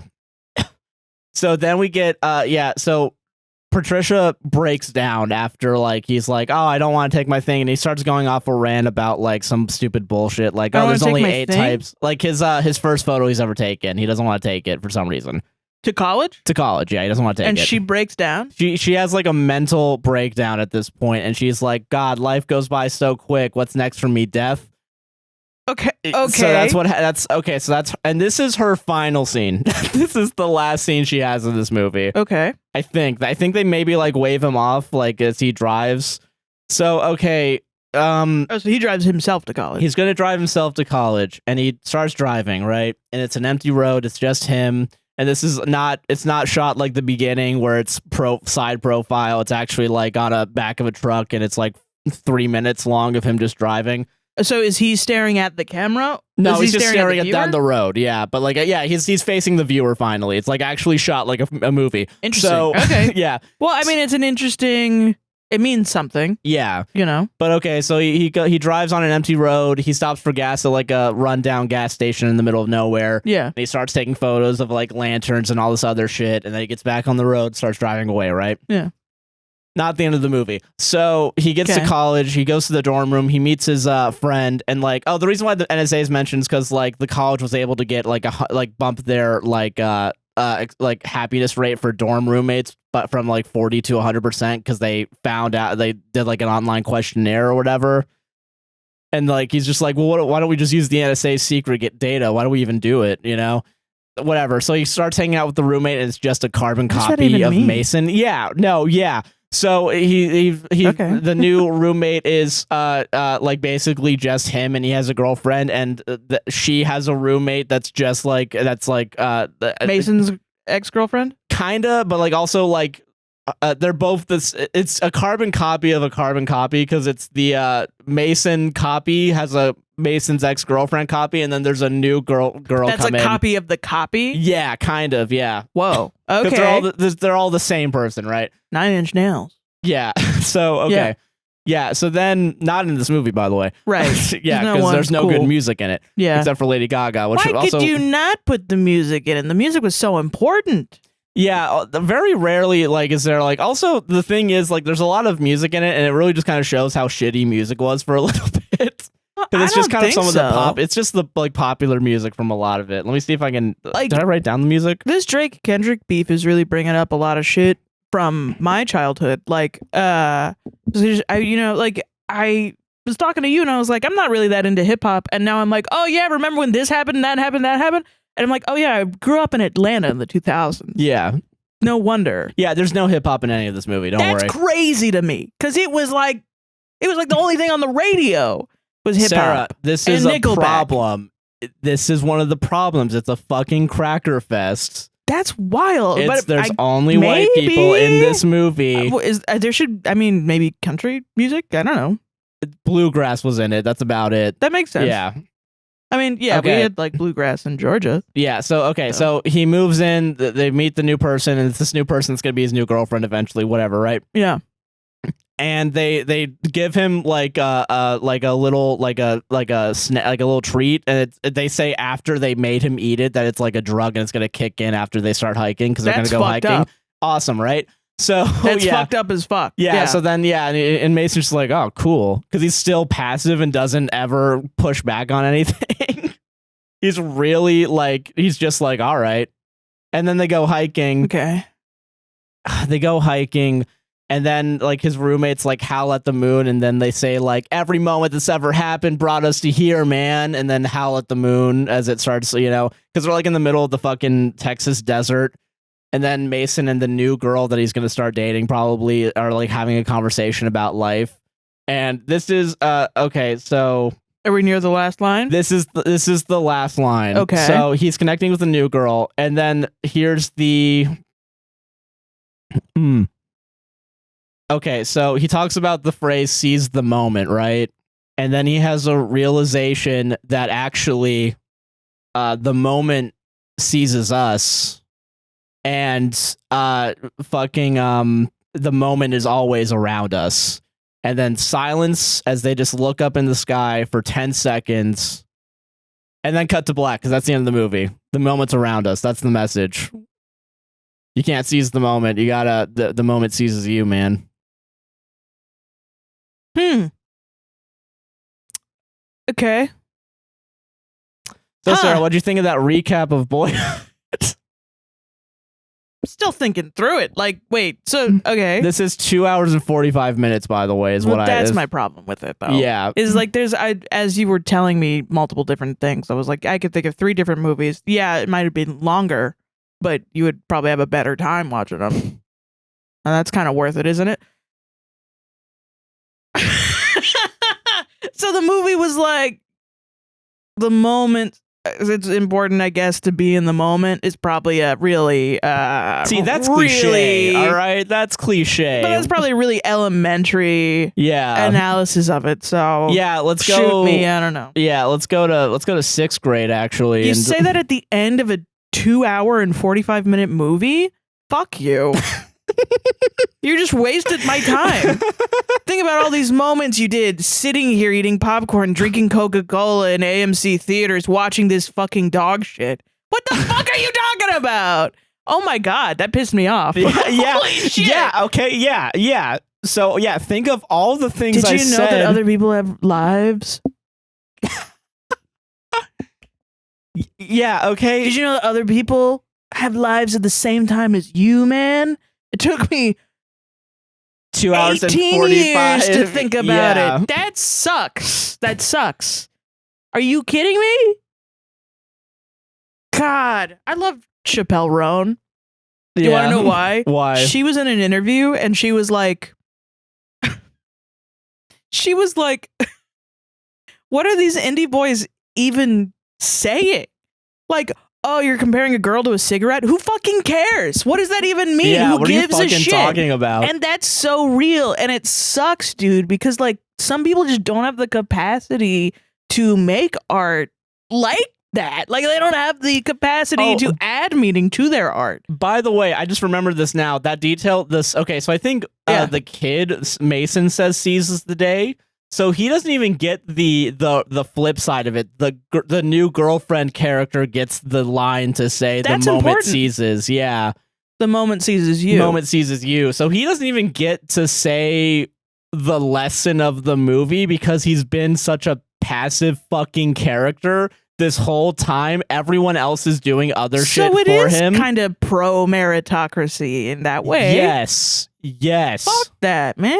Yes. I thought it would have a nuance. I don't know why I did. I guess it's 2 hours, 45 minutes long. And it took 12 years to make. It took 12 years to make. You can't find a nuance in this fucking stupid-ass story that everyone has? Yeah. I'm so sorry. Listen, this audience, I didn't realize you guys would know this level about me. I really shouldn't tell you. I'm a little nervous to say this. I'm a huge bitch. I'm a huge bitch. I'm a huge bitch. Huge. Fucking huge. I'm a huge bitch, man. I'm so sorry. But like, if you tell me like, yeah, man, and then I was 25, and then I had the realization everyone else's lives, just like mine. I'm not special. Bitch, I thought that when I was 4. Yeah. I'm not saying I'm smarter than you. I'm just like, it's not that significant. I'm sorry. You have to humble yourself. Like, this is the first time you humble yourself, and it's at 25. You need to humble yourself 1,000 times over. Yeah. Because that's the start. And then everything that you do after that, people say, no, fuck you. No, you audition and they laugh at you. You fucking go to a job and they say you dress like shit or you smell bad or fuck you. You're fat. Suck my ass. You're balding. You have a fucking, you have a disease. I'm looking at you and you have a disease and I can tell that from your shit. You realize yourself that you're a bad person, that you were raised in some sort of whatever, and you humble yourself 1,000 times over, and that's it. That's life, is constantly humbling yourself, because we've reached it. We've reached the pinnacle of human existence, and there's nothing else to do but to remind ourselves that we just exist on this fucking planet, and that's awesome. That's a really cool thing to make art about. Yeah. You don't need to waste years and hours of people's lives to say that shit. I'm so sorry. Bo Burnham's Inside is better than that, and that wasn't even a movie. That was a comedy special, technically. Yeah. Yeah. Yeah, so this is why, and I feel like this is kind of like, and I'm a bitch for that. I'm sorry. I don't no, like I mean, art I get like it, that. because like fucking, I don't know, I feel like, okay, and this is kind of my bullshit philosophizing ass wants to ask the question, what makes a film, right? Right, yeah. That's kind of my take on this. Well, because like the first thing I thought of realistically, but also in a way that I enjoy watching. And actually, you know what? I'm going to go on a little detour real quick. When I took a class that was 2D art and design. And so essentially it was just like learning how to compose and create designs on a 2D space with different materials. And it's like a beginner's art class in college if you're going to be an art major. And really anyone can take that class. But we had to do critiques. So by that meaning, we would make our pieces according to the specifications that the professor told us to do. And then we would bring it up, describe our composition. And really the freedom that we had to create the art was like in the composition. So I did one because I didn't realize I had ADHD at the time. And I was kind of having this like, I was 24, 25. I'm 26 now. I think I was 25. And I was kind of having this like life issue where every day I would wake up, I would go to work and I would just work on school. By the end of it, I was like, my life is passing me by. And I thought that was relevant to me and personal. So I was like, wouldn't it be cool to like, you know, I like make this into like, how can I show this in like icons with iconography? kind of. Yeah. Because that was what the piece was about. And I was like, this is what I want to do. So I made like a eye icon and like an alarm clock icon. And then I used, because it was using like negative space. So I made I remember this now. Yeah. The background was like in the shape of a tornado. And, And I showed it and I was like, I wanted to use composition and like the way that the piece, it would draw your eye to make you anxious. Oh, yeah. Because that was the feeling that I get when I think my life is passing me by, is anxious. I am anxious to do more things, and why can't I do more things? And I showed it to the class, and it was really interesting because I described it. I was like, it's supposed to be anxious.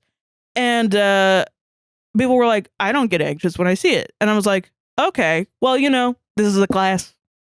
I'm not really a visual artist. No, yeah. So, of course, I'm going to try to evoke this feeling from the audience, and it's not going to work because I'm new.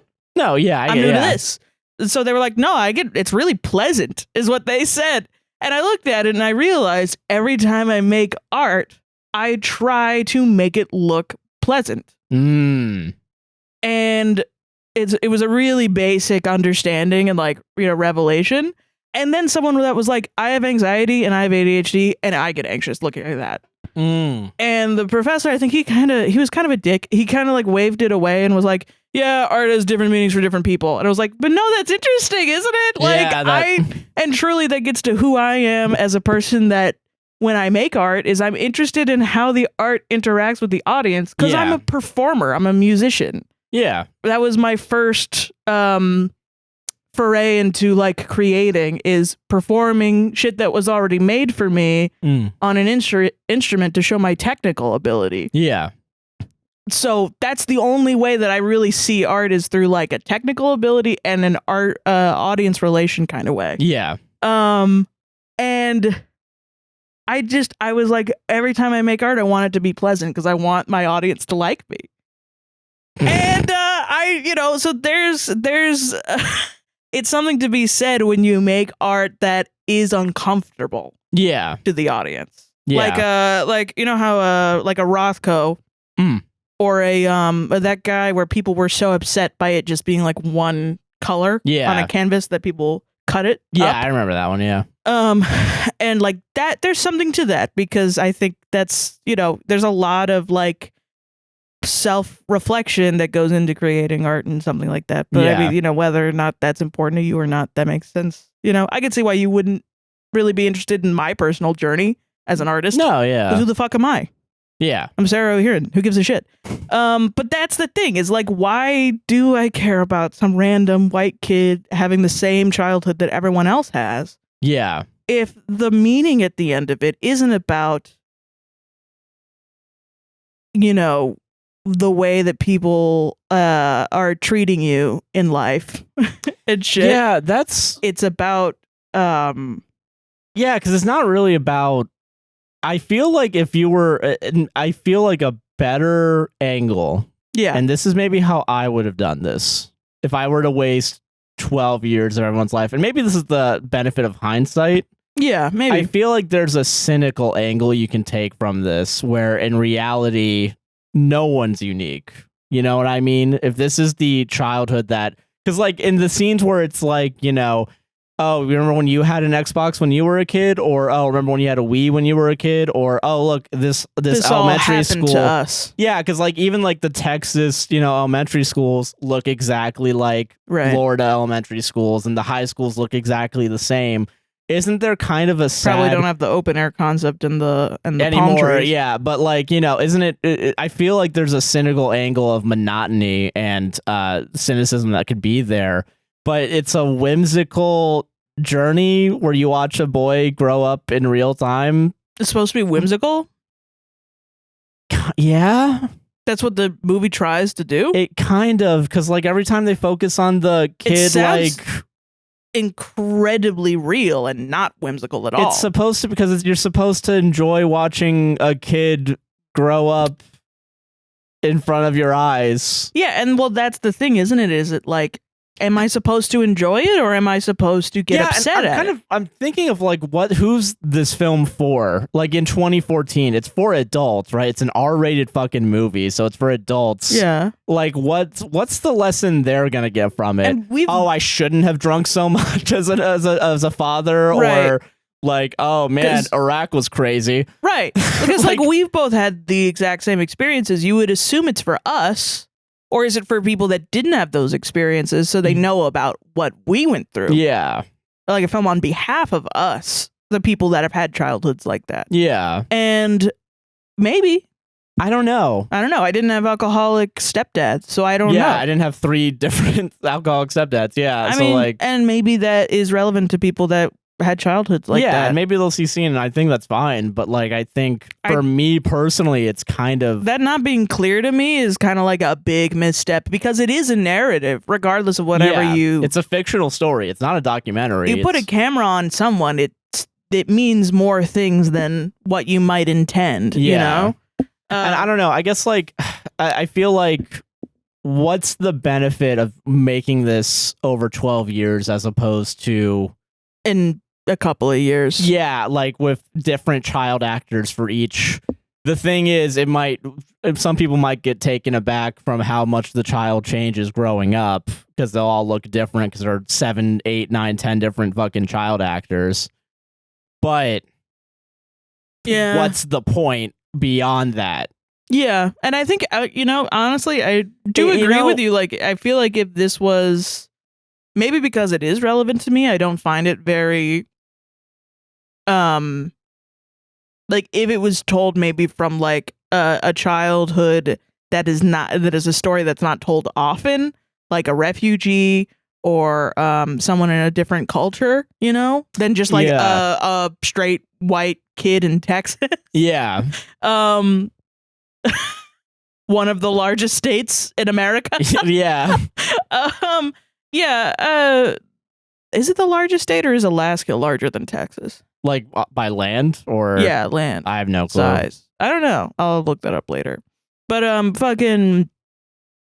know if I want to see that anymore. But I will say when 2014, people were still eating this shit up though. Yeah. Just stories of white kids growing up. Yeah. And like I just don't care anymore as a white kid that grew up. Yeah. I just don't care. I don't care. But I mean, I don't know. It does not feel like it aged well. It didn't age well. Not even. I'm not even gonna say it feels like it didn't age well. That's crazy. It's from 2014. Yeah, 10 years old. It's a 10-year-old movie. Like, I don't know. I was thinking about like I mean, it could have been more interesting if you had like talked more about like the struggles that America was facing, like more about that. But like for the most part, they're usually financially well off. There's never a talk of like, oh, we're gonna lose the house. We're never gonna like. I don't know. As someone who had an okay childhood, like it seemed like, I mean, it seemed worse than my childhood from the fact that there's like a lot of abuse, but there's still like a lot of like. It's worse than my childhood in different ways. Yeah, exactly. Yeah. But it's just like, I don't know. I really don't fucking know why this movie. But okay, what do you think the Rotten Tomatoes score is? Right 63. Now? 63. You gotta go higher. This movie when it came 84. out. This movie when it came out had 100%. One person gave it a bad review, and everyone shat on that person for giving it a bad review because it got rid of. Because I think it went from 100% to 99%, and I think it's at 97% right now. Are we gonna get flamed for probably? For this shit? Okay, well, I'm sorry, I don't like it. I don't know. I don't like it. I don't really care. I don't really care. I mean, but I'm a person that I went through childhood abuse. I interact with it. I'm usually like really down to hear like about, an analysis of like growing up and through an abusive childhood. I'm not someone that I can't watch it because of. I mean, I know I was saying like this is maybe too real. Usually they're not extremely graphic and real, but I will sit down and watch that shit, and I am interested in it because I do like the analysis of different people. And maybe it's just I've healed too much. Sometimes I think I just don't fucking want to think about that shit anymore. I get it, yeah. Not because I'm repressing it, but because I'm like, I don't need to worry about my childhood all the time, constantly. And relive it, yeah. No, I'm growing up. I want to think more about the future, I guess. Yeah. And this is a movie that's really focused on the past. I just don't agree with the meritocracy in general.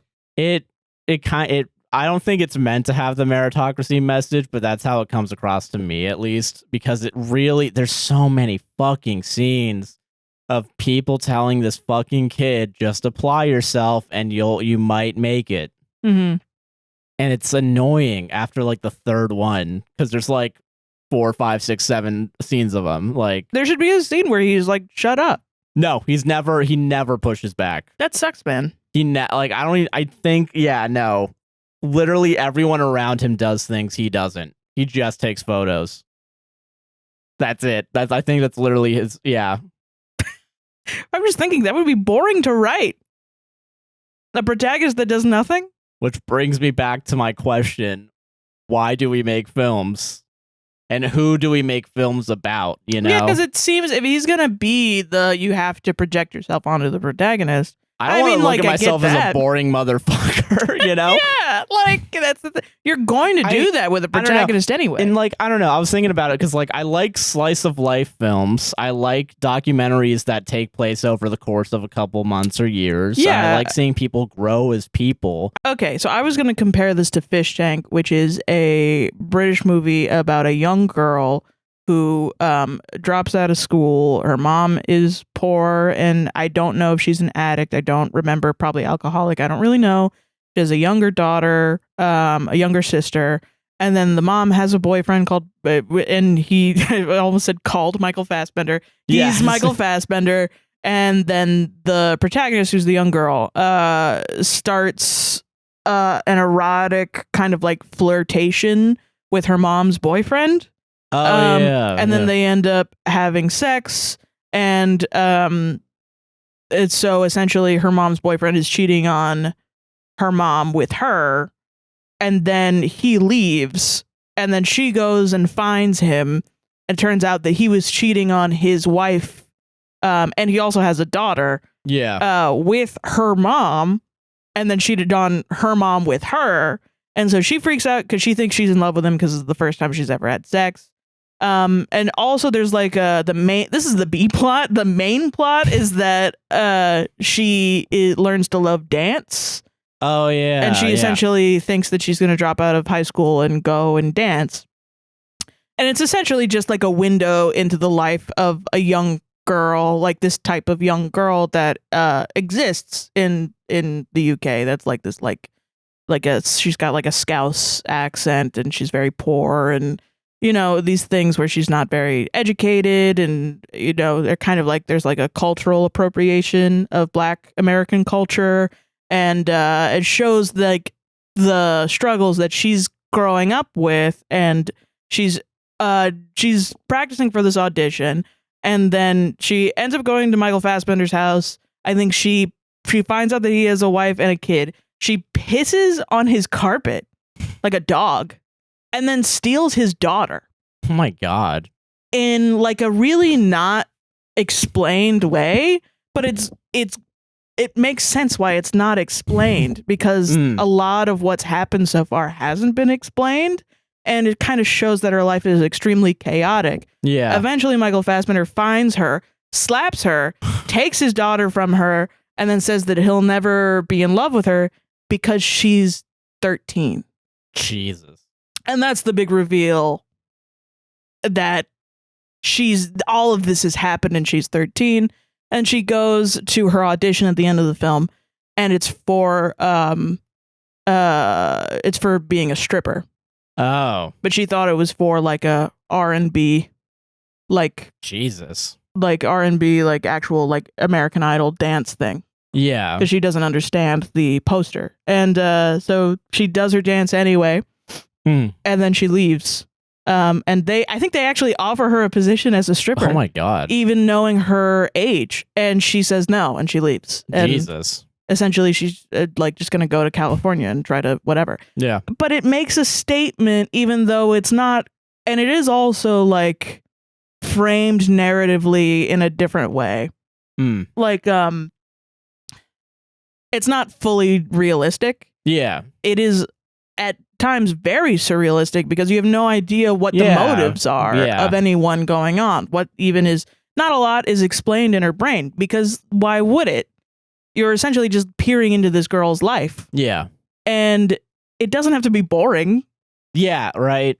A lot happens so that's why I'm asking the question. Yeah, because like it, to me, for filmmaking, right? And maybe this is my philosophy. I think there's a lot of different ways. I think you can make quote unquote boring, serious movies that have like a point to them, right? Yeah. I think you can make, there's no right or wrong way to make a movie. No. I think, I think movies are, for the most part, they're either like escapism, or like you want to hear a story of like another perspective that you don't know, or like you want to learn to laugh, love, live, laugh, love, live, laugh, love. But I feel like and to connect, right? Yeah, with characters, with whoever wrote it, the director, every person that made a fucking movie, you connect with on some way, whether you're recognizing it or not. Like the person that changes the light bulb that makes it to where you can actually like see the fucking face of the actors, you're connecting with them in some way. Yeah. And all art is about, made by humans, is about the human condition. Yeah, and it's about the human. But when all you have to say about the human condition is work hard, or just live, man. Just live. I don't even fucking know. After what? 3 hours? I'm mad at you, I think. Me personally, I'm mad at you. If you want more shit like that, you go ahead, watch the next one that he's making. But I'm not watching it. Richard Linklater's gonna do it again. He has the rights for like a musical right now, and I can't remember the name of it. But he's gonna shoot it over the course of 20 years. Jesus, man. Starting like next year, I think. I mean, I hope it's better. Maybe it will be. Maybe it'll actually have a meaning to it. That's the thing. Like I want good art to be made. Yeah. I'm not just hating on shit to hate on it. Like, I want it to be made well. I just am like, I get annoyed. That's why I give shit the benefit of the doubt, and then it doesn't, it doesn't make it. Which is, it makes sense because, like, I mean, if you've ever created anything, you're like, most of it doesn't make it. 90% of anything I make doesn't make it, And so it's fine, but it's also like, you can not make it in less time. Yeah. Because I don't have any time. Exactly. I'm so sorry. I'm 26 years old. I do not have any time. Shit is speeding up. It's already halfway through 2024. Can you fucking believe it? Yeah, I know. Yeah. I can't watch. Yeah, because the moment took you, man. Fuck off. If someone came up to me and said like, oh yeah, you don't have any time because the moment took you. Maybe it's because we have ADHD. Maybe. Hey. Yeah. It's just an unnecessarily cruel thing to say to someone that has inattentive ADHD, honestly. Yeah. Life passes you by. No shit, dude. I didn't even have breakfast because I forgot. Yeah, no shit, man. And I'm pissed off about it. Fuck off. So yeah, that's Boyhood. And you did that and you can't even be funny? Yeah. God damn it. Well, it was really funny when the alcoholic stepdad said, I hate squash. Then walked away. It sounds a little funny. And then also when the second or third alcoholic stepdad walked through a bunch of cans standing up. Yeah. I'd rather play Fallout New Vegas with one intelligence so I can go up to the robot and shout ice cream at the top of my lungs. Yeah, exactly, yeah. But, I mean, Hey, different different vibes strokes, for different folks. Exactly. If you liked it, I'm not mad at you. I get it. Literally is just, I don't fuck with get it after I've explained it. Maybe you just gotta watch it. I actually thought halfway through, like, maybe I do need to watch this. This is kind of good. And then by the end of it, I was like, fuck that. Yeah. Fuck that. Truly, the last line pissed me off so hard. Seize the moment. Almost seized you. And I feel like I am a person that does seize the moment a lot. Yeah. More often than others, I think. Because I feel like I'm always constantly telling people, like, you need to be in the moment and shit. Shut up about it, man. Yeah. it is I important. think it's different to say seize the moment and then say like just live your fucking life, man. I think I think there's two different vibes to each of those sentences. Yeah. Well, I mean, it is important to do what you think is right, you know, but it's just not it's funny to look at it in this political climate. Yeah, and just be like, who fucking cares? What are you talking about, Things guy? are just going to happen. Yeah. Yeah, I know. History is constantly happening around me, and I'm pissed off about it. We went through a pandemic. We still are in one. Fuck off. Yeah. There's students with the National Guard being called on them right now. Yeah. For protesting a genocide. Fuck you. The moment seizes me. I need the moment to stop. I need the genocide to stop. I need the fucking students to not have the fucking snipers trained on them. Yeah. I need school shooters to stop. Yeah, no school shooting in this movie. I need gun reform like today. I need Drake to go to jail for being a pedophile. And I guess now is when I talk about Drake. Yeah. Okay. So we're not going to do a Drizzy segment, an r/Drizzy segment. I did say that I would in the APWSTR Discord and you can get there by subscribing to our Patreon, patreon.com/APWSTR. Yeah, good plugging. I was going to revisit the r/Drizzy subreddit, and then I did this morning, and I was going back and forth on it because, like, I'm not a rap historian. I don't even really listen to rap that often. Yeah. And I honestly think the beef has gotten so far away. I do think I'm so fucking far in Kendrick's camp. Yeah. I do hope that he addresses the wife beating. Oh no, yeah, no, I get what you mean. Yeah. And the R. Kelly and the Kodak Black thing is weird. Yeah. And I don't think Kendrick Lamar is God. No, however, I will say I do think Drake is a fucking pedophile. I fucking hate him, and I fucking hate that his response was like, nuh-uh. That's the mean ones not using, even that. Oh, Kendrick, you're mad at me because you were molested. Fuck you, dude. I want to beat him up. I want to literally beat him up. Like, fuck off. I was mad at Drake for just being annoying, and I was mad at Drake fans for being annoying. And then when we looked at r/Drizzy the last time, a bunch of people came out and was like, remember when Drake did this and this and this and this and Millie Bobby Brown and all this stuff?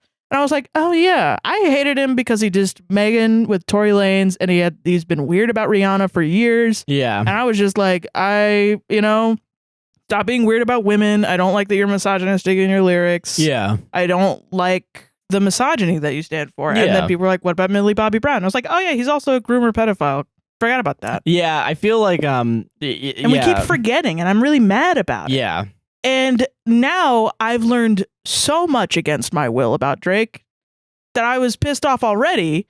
And then he dropped the last diss currently, which is, I forgot what it was called. The Heart number part 6. Yeah. Heart part 6, where he essentially was like, but I knew you would think I was a pedophile, dumbass. Also, you were molested. Fuck you. Yeah. And I'm pissed off, I think, beyond measure now. You essentially just pissed off every single CSA victim out there. And I want to beat you up, and I hope you go to prison. Yeah. And you go to cell block 1. Yeah. I hope so.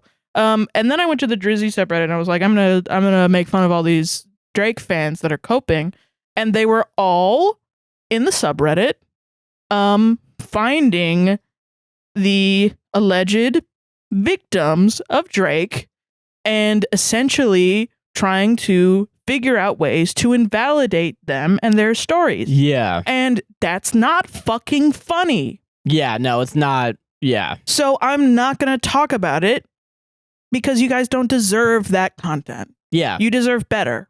Exactly. And you should ask better. If you're a Drake fan, you should ask better of him. And of your own community. Yeah. Yeah. Of the Drake community. Yeah. And also, like, yeah, we should ask better. I think the conversation, I love that the conversation is talking about cultural appropriation.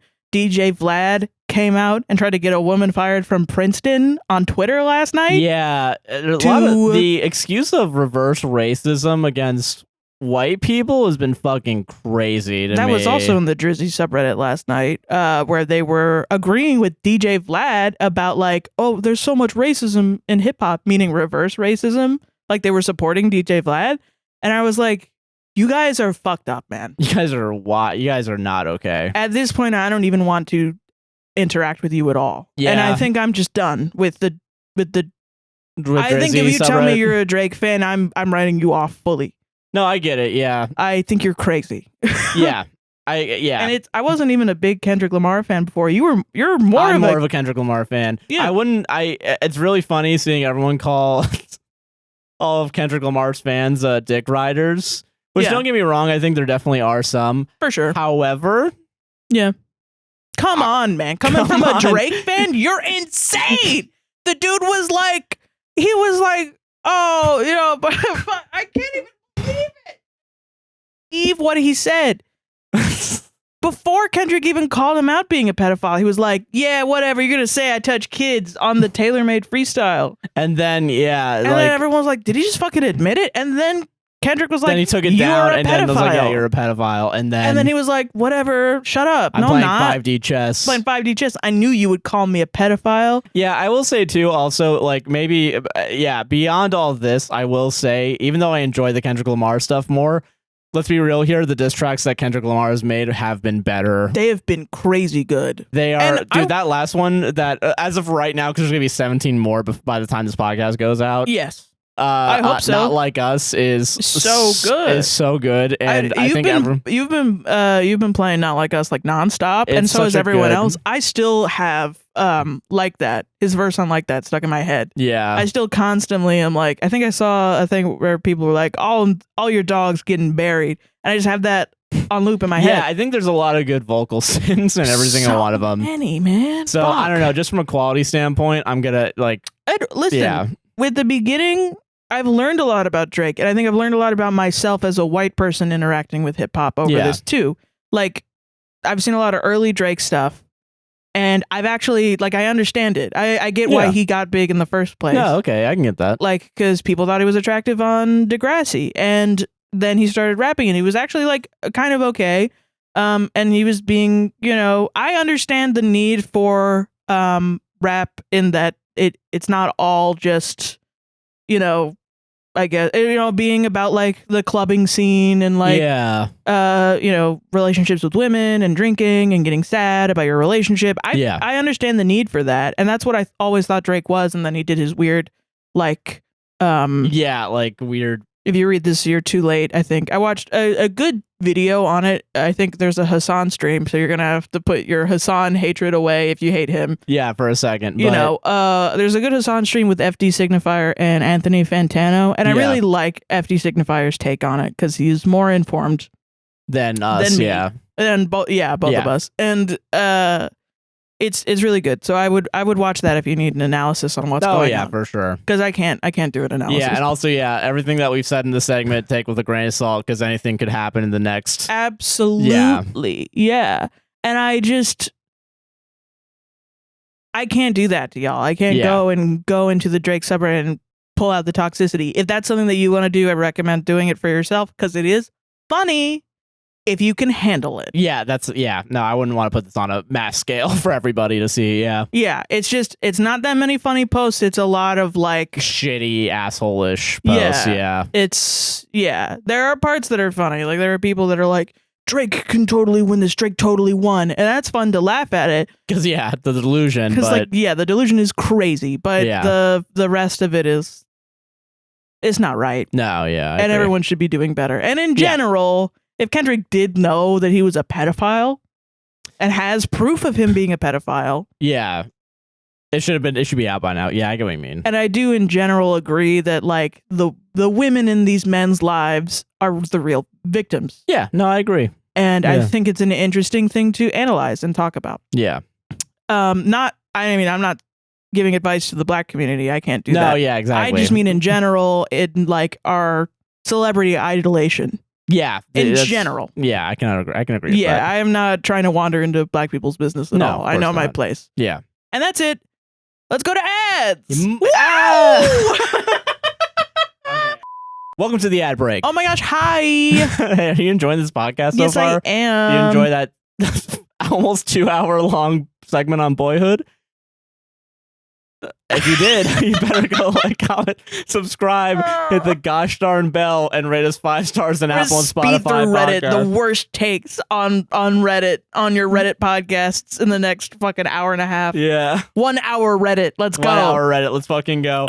Hey, don't forget to like, comment, subscribe, hit the gosh darn bell, rate us 5 stars on Apple and Spotify podcasts. Did you like the last 2 hours of shit you didn't fucking want? That you didn't know that we would do? Yeah. There you go. Get wrecked, yeah. If you want to support the podcast to do even more 2 hours of content that no one asked for, you can go and buy our merch. We're both wearing new shirts right now.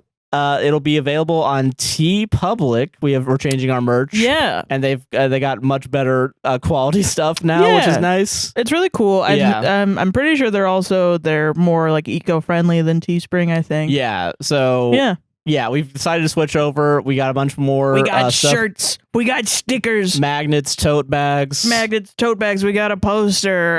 That's not a poster. This is a sticker. Yeah. There's a lot of it. It'll be linked down in the description as well as in the YouTube bar as usual. Yes. Go check it out. Support the podcast that way. It's really cool. Yeah. We have a mug and a travel mug also. Yeah. And also go to straighterforcoffee.com and you can go get our blends of coffees. Yeah, stickers. And magnet. Straighterforcoffee.com if you want to go get the coffee line that we have. We have 2 of them. It's a $16 for one, $28 for the combo. Sarah has a Chaos blend. It is a dark roast chocolate flavored, and I have a caramel flavored light to medium roast. Yeah. So go check it out. All the links are down in the description. If you want to buy us coffee, go to buymeacoffee.com/APWSTR. Indeed. And you can buy us coffee. A lot of you bought us coffees. Thank you very so much. Helping buy groceries this week. Nice. For real, yeah. Carrie bought 3 coffees. Thank you very much. Thank you, Gary. Sarah, your laugh makes me laugh. Love the show. Keep up the great work, guys. Thank Heart you. emoji.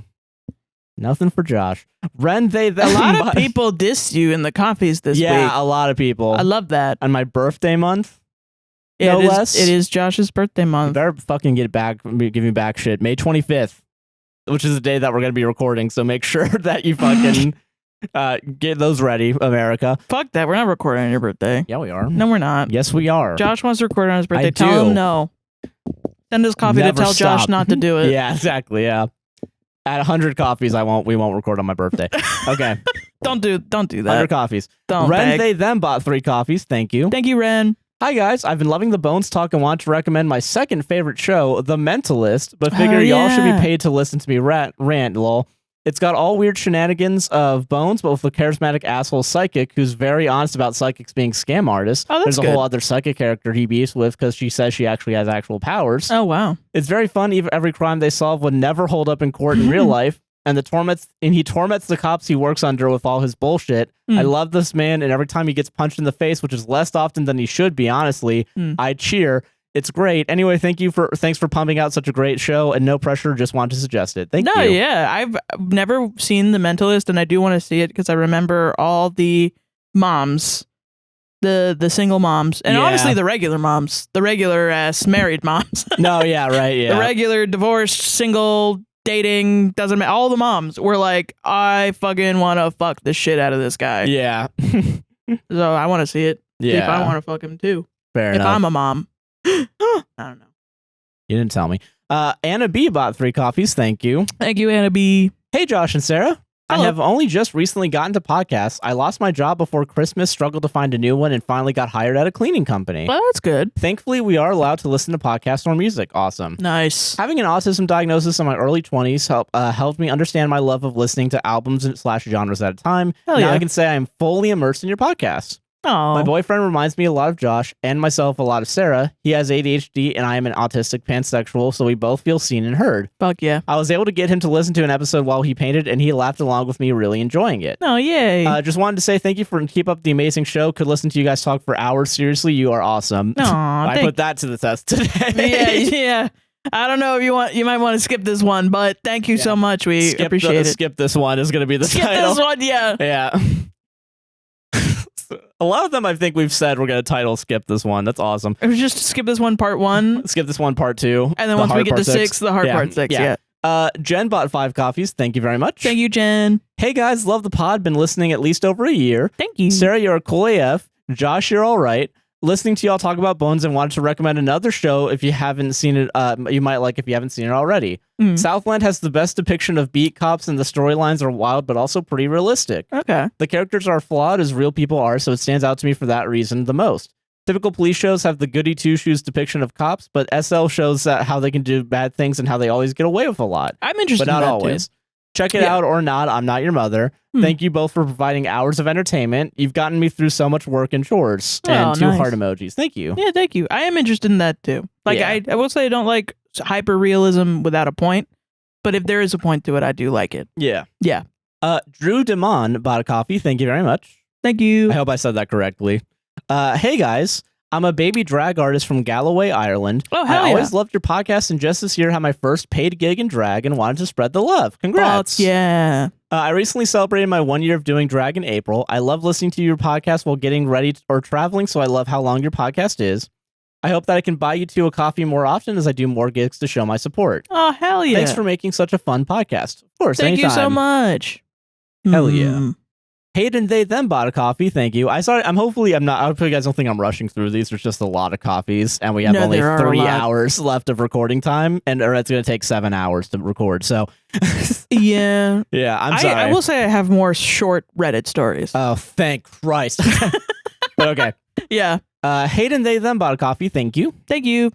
Hey, y'all. I've Hello. been wanting to get you guys a coffee for a while since I love hearing you guys read them on the podcast and wanted to give you a little support. Smiley face. Thank you. I've been listening to you guys consistently since the beginning of summer last year and have loved your podcast ever since. You guys keep me company while I'm at my incredibly boring job, currently writing this while at work, lol, and make me laugh. And that is a high compliment because I'm not really the laugh out loud sort of person when it comes to watching/listening to media. Oh, nice. Thank you.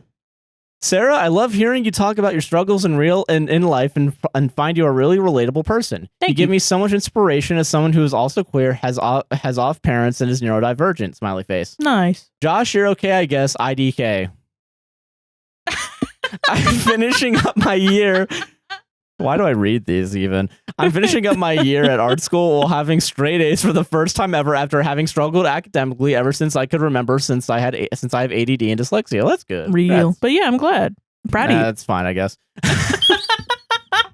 You just start bullying the audience. Yeah. What's crazy is I'm the audience bully. Yeah. Yeah. Yeah. God. Recently, me and my partner broke up after a year-long relationship, and it's had more downs than up trying to stay friends, and I decided to end our relationship altogether. Also, I genuinely got excited hearing you guys talk about Chapel Roan in the recent episode because I've loved her music for a year now, and I'm so happy to see her get so popular over the last couple months. She's great. Crazy story about my ex is that he tried to gatekeep Chapel Roan from me after we broke up for no reason other than him knowing her longer than me and didn't like me anymore. That's hilarious. The emoji with the just straight line for a mouth. I don't know how to describe it. Wanted to share that because I thought you guys would think it would be funny. It's really funny. Yeah. I hope he's pissed at TikTok right now. Yeah. I'm not caught up with the episodes yet, but you guys should definitely do the Owl House commentary because I love that show and I'm the only person whose opinion matters, TBH. Anyways, can't wait to see what you guys continue to do on the podcast. Free Palestine and Palestinian Free flag. Palestine. Of course. Thank you. All right. Last coffee this week comes from Julia, who bought 3 coffees. Thank you. Thank you, Julia. Hey, friends. I wanted to send you some coffees because you helped me get through 2 4-hour plane rides this week. Oh, my God. I have such bad flight anxiety. I almost did not go on this amazing trip to Mexico with my family and all of our partners. Your calming voices... Especially Sarah. Hi, Sarah. I think you're hot, winky face. Hi, thank you. Combined with prescribed Xanax, Zofran, and Dramamine. Dramamine, yeah. Dramamine got me there.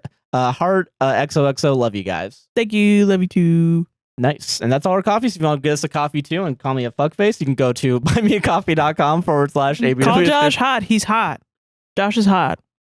I feel like you're hotter than me. You can compliment Josh. I'm just saying. You don't have to, guys. You don't have to dunk on me. It's fine. It's fine, guys. It's fine. It's fine. Fucking. I will say though, if that's the case, then maybe don't dunk on Josh if you're complimenting me. It's funny though if you're doing it as a joke. I'm so fucking pissed right now. I gotta use my stress things.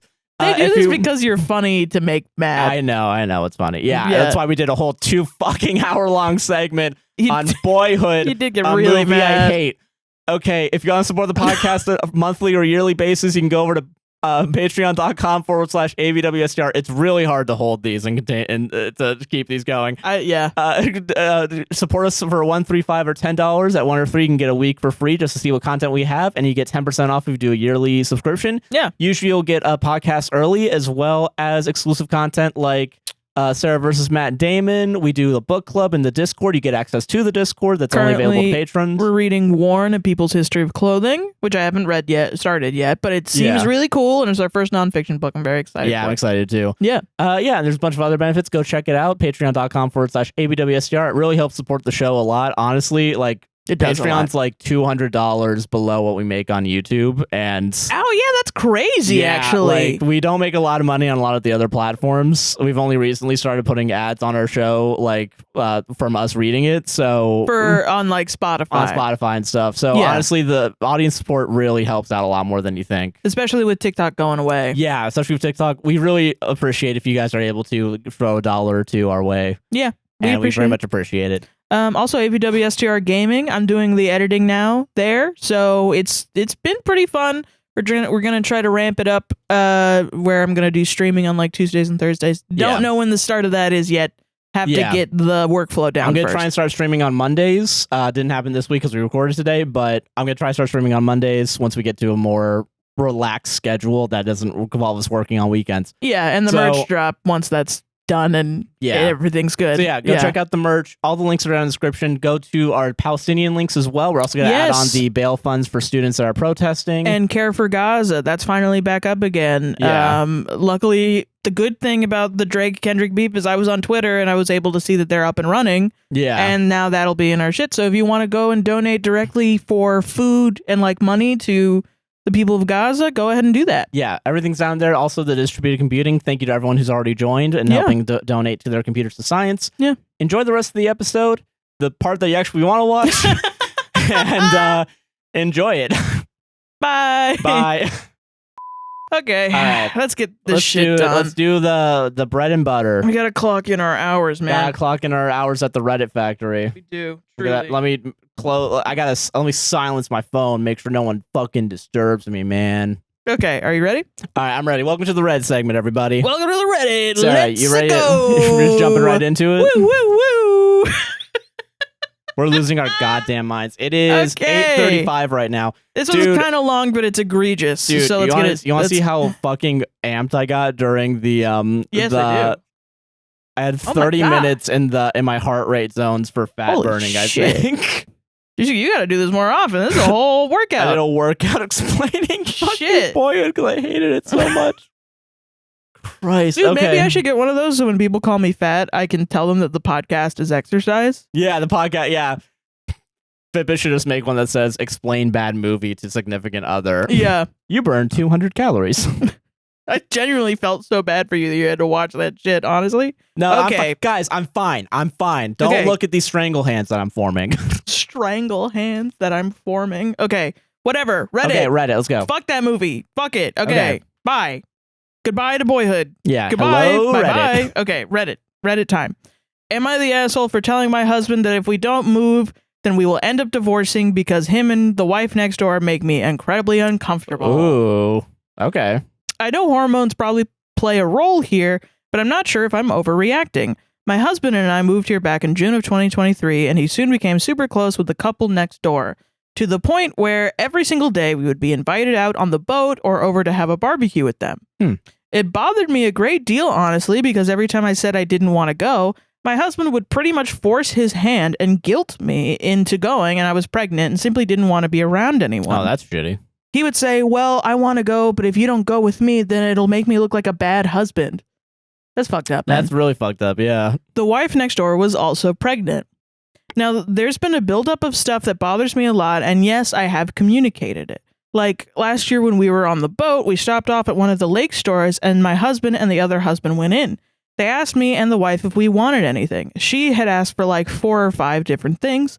I asked for one very specific soda because I was craving it. When they came back out, I found my husband had bought the other wife everything she requested. Why didn't her husband buy it?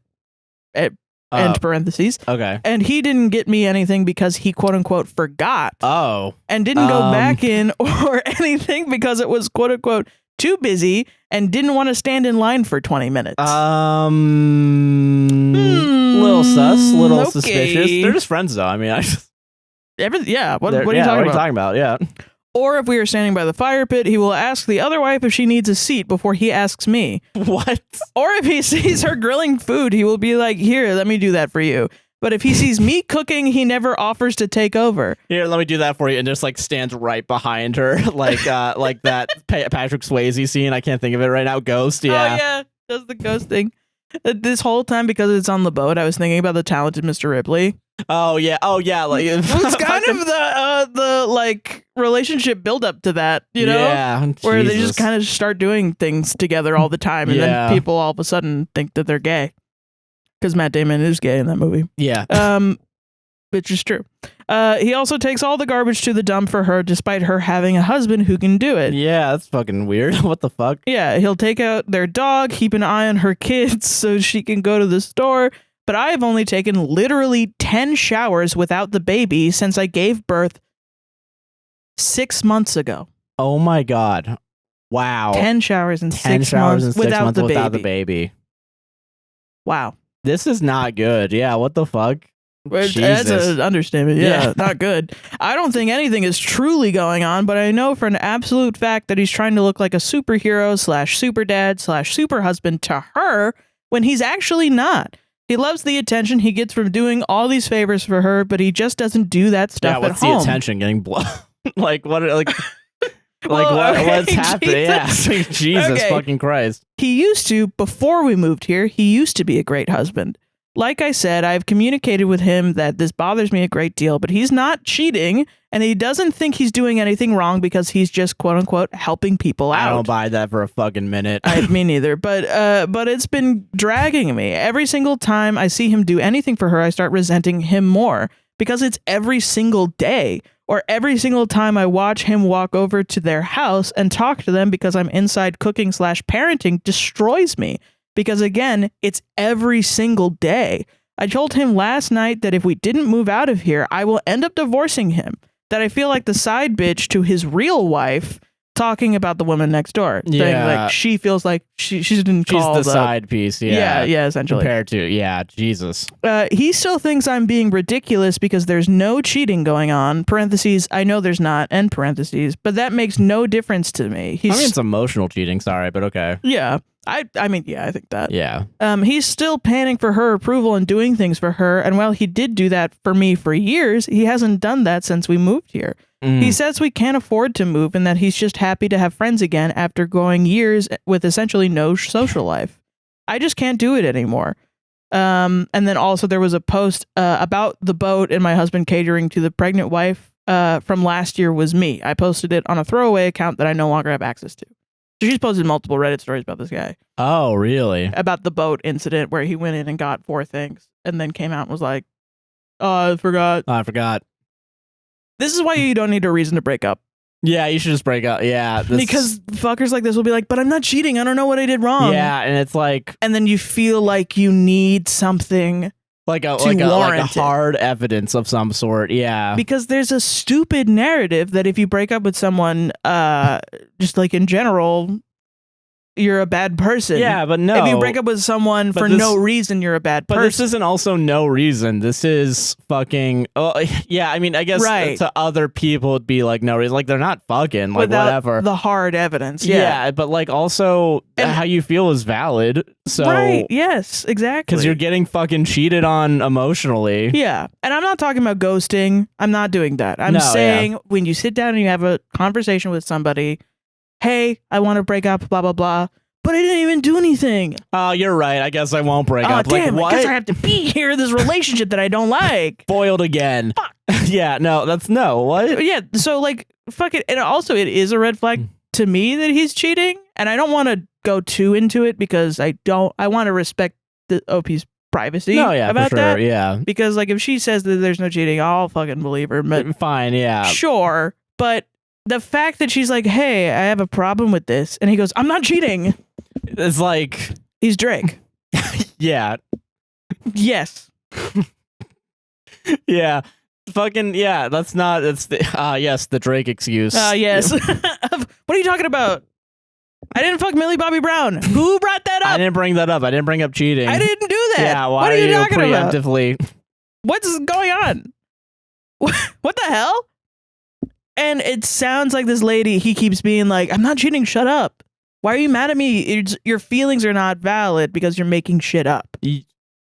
Yeah, like that's crazy. That's not okay to make someone believe that. You're gaslighting. Yeah. Like, yeah. And, you know, it's human to not want to be a bad person in someone else's story. I think everyone wants to be a decent person, yeah. And you don't want to hurt people. And when people utilize, you hurt me, how dare you, you're a bad person that's against the other you. Shitty thing, too, is that he probably genuinely believes he's not doing anything wrong. Yeah. Like, but manipulation exists, and people do manipulate each other to get what they want. Yeah. And people are inherently, they might be stupid, you know? Exactly. To do this for stupid reasons that might hurt them in the long run. People do these things. We know that in reality. Yeah. Lots of people. I would argue probably 90% of people have been manipulated in their life at some point. And I think 90% of people have been manipulative to other people too. Like, yeah, I think no one's probably without sin on that one. You know? Oh, absolutely, dude. And yeah, the person being manipulated should be allowed to say, don't like this feeling I'm having, I'm out. Yeah. Without people being like, you're a bad person. I think. And I think that's why it's important for situations like this. Because it's like he has shown you time and time again, he's going to put this other lady above you for whatever stupid reason in his head. I don't know. It doesn't matter. He's just putting her above you for whatever the reason is. Yeah. You should be upset by that. Reasonably, you're upset by that. Yeah, you should be able to break up and be like, I'm divorcing you. Just that you're not focusing on me and our baby. 10 showers in 6 months is unacceptable. Absolutely unacceptable. He needs to be doing more. Fuck up, yeah. Yeah, and if anything, you just be like, you're an absent father, and I don't want to do this. It's better for me to just be a single mom. Yeah, because essentially I am. Yeah. If you want to be in a throuple with this couple, I don't care. Yeah. Go do your life then, but I'm gonna go raise my kid by myself and stop getting emotionally hurt by you all the time. God. But I'm fucking sorry, dude. I'm sorry as well. That shit sucks. Absolutely, yeah. Anyway, don't get married. Don't ever date men. Fuck men. What? Solved it? What? Fuck them. Date a bear. Why is everyone talking about that TV show? Man versus Bear. Oh, God. I don't even want to bring that up. Yeah, that show's coming back. Oh, really? Yeah, this year. Yay. Oh, you hear The Boys is coming back? Yeah, I did see that, yeah. Yeah. Excited. I like the... Looks good. Yeah, it does look good, I'm not gonna lie. Am I the asshole for having my own secret honey stash? You told me this one earlier, my joke was, who are you, Winnie the Pooh? Everyone clap in the comments. I'm not putting that in. I'm not putting a clapping sound effect. This isn't the fucking gaming channel. Everyone clap. I'm not asking you. I'm telling the audience to clap in the for a joke you made off camera. It's a good joke. Me, 31 male, and my partner, 29 female, have been living together for 2 years now. I like honey in my oatmeal. More specifically, raw honey. I like the way that you're saying it with your tone. Yeah. Because it's immediately defensive is my favorite part. Something about the flavor I just adore. Okay. So I always bought it even if it cost a bit more than regular. Okay. But it just so happens apparently she decided this is, quote, our honey at one point last year. The little jar that used to last me 2 months went out in 2 weeks of her waffles. I wouldn't mind if we bought it together, but I have to order it on Amazon because no stores nearby sell the stuff. I don't want to seem like a cheapskate telling her to pay me for it. So in February, the next bottle I got, I hid it in my desk where I usually take my breakfast. Okay. Yesterday, she happened to caught me pouring it into the oatmeal. She got upset and saying it was childish not to share it and that we were adults. But it's not sharing if she's taking 80% of it and paying nothing for it. Today she came demanding honey for her waffles and I told her it is my honey. And like out of the bloody meme, she went, our honey. That started the discussion again. That's it. That's the end of the post. What do people say? everyone's saying everyone's shitty here. I agree. I'm sorry. But, I agree. Okay, so the honey, a pound of honey from Amazon that he's getting because he linked it. Yeah. Is 20, he linked it? Yeah, he linked it. It's $20 for a pound of honey. But she goes through a pound of honey in 2 weeks? I don't. Yeah, that's a lot. I don't think I've ever gone through honey. I feel, right? Like, I don't think I've ever. I've think never gone honey's through that. Gone bad. Yeah. Before I've had to buy more honey, or I've lost the honey in moves, but I've never actually gone through a thing of honey. Yeah. I don't eat honey like that, though. Are there people out here eating honey, raw honey and putting it in there? A pound of honey every 2 weeks? Or 2 months even? She's got a honey problem. Yeah. And so do you, because what is this? We need to buy this raw honey, I think. No. What's in this raw honey, dude? Crack cocaine. Something like fucking Jesus. FDR put crack cocaine. Reagan put crack cocaine in the honey. To start the war on honey. Yeah, exactly. That's so wild, dude. What the fuck? Yeah, I don't know if I feel like why don't we just split the bill? Why do you feel like you're going to be a cheapskate if you're going to ask her to pay for like half the honey? Yeah, you should have just talked to your wife. Just talk to her about it. Is she his wife? Yeah, I think so. I think these are married. This is a married for how long? Married couple, 2 years. That's too long. Oh, no, partner. Okay, so maybe not married. Okay. Sorry. Oh, well, okay. But they've been living together for 2 years. I get... 31 and 29 is a lot of the ages. Let's just bring it back. Okay, y'all are too old for this. I'm sorry. Yeah, I feel like, you just should be able the goddamn honey. You should just be able to figure out this. I mean, like, why... You shouldn't be stuck on this argument. It's about honey. Yeah, one ingredient. This is my salt. I'm not even saying that you shouldn't hide, you my should. Sriracha. Well, I mean, even then, there are certain things. I think. Yeah. Like I'd be mad at you if you ate my ice cream. Honestly, that's shit. I wouldn't be that mad, but I would be like, "Can you not? Can you not do it?" Yeah. I would talk to you, but that's the thing. He didn't talk to her. He just went straight to hiding it. Yeah, in your little desk at. Like hiding your pouring honey into your oatmeal with your pants off like Winnie the Pooh. Please clap in the comments down below. I was thinking if you had a desk drawer, you just take the jar, you pour it into one of the desk drawers, and then you take out the desk drawer to put it in your fucking thing. Hiding food is also not very healthy, I think. Oh, wait, what? Hiding food. I feel like that's a little weird, yeah. My mom used to do that with because she'd go on diets, but then she would hide snacks. Yeah, I feel like this is not the adults or a safe way to go about. Doesn't feel healthy. Yeah. I don't know. I also feel like putting food like a jar of honey at your desk. It doesn't feel good. It doesn't feel right to me for some reason. I don't know why. Having little snacks or something. I get it. You don't need to refrigerate honey. I think. Yeah, I've never done it. I don't think you do either. So I don't. But also, it's raw. I don't fucking know about honey. Okay.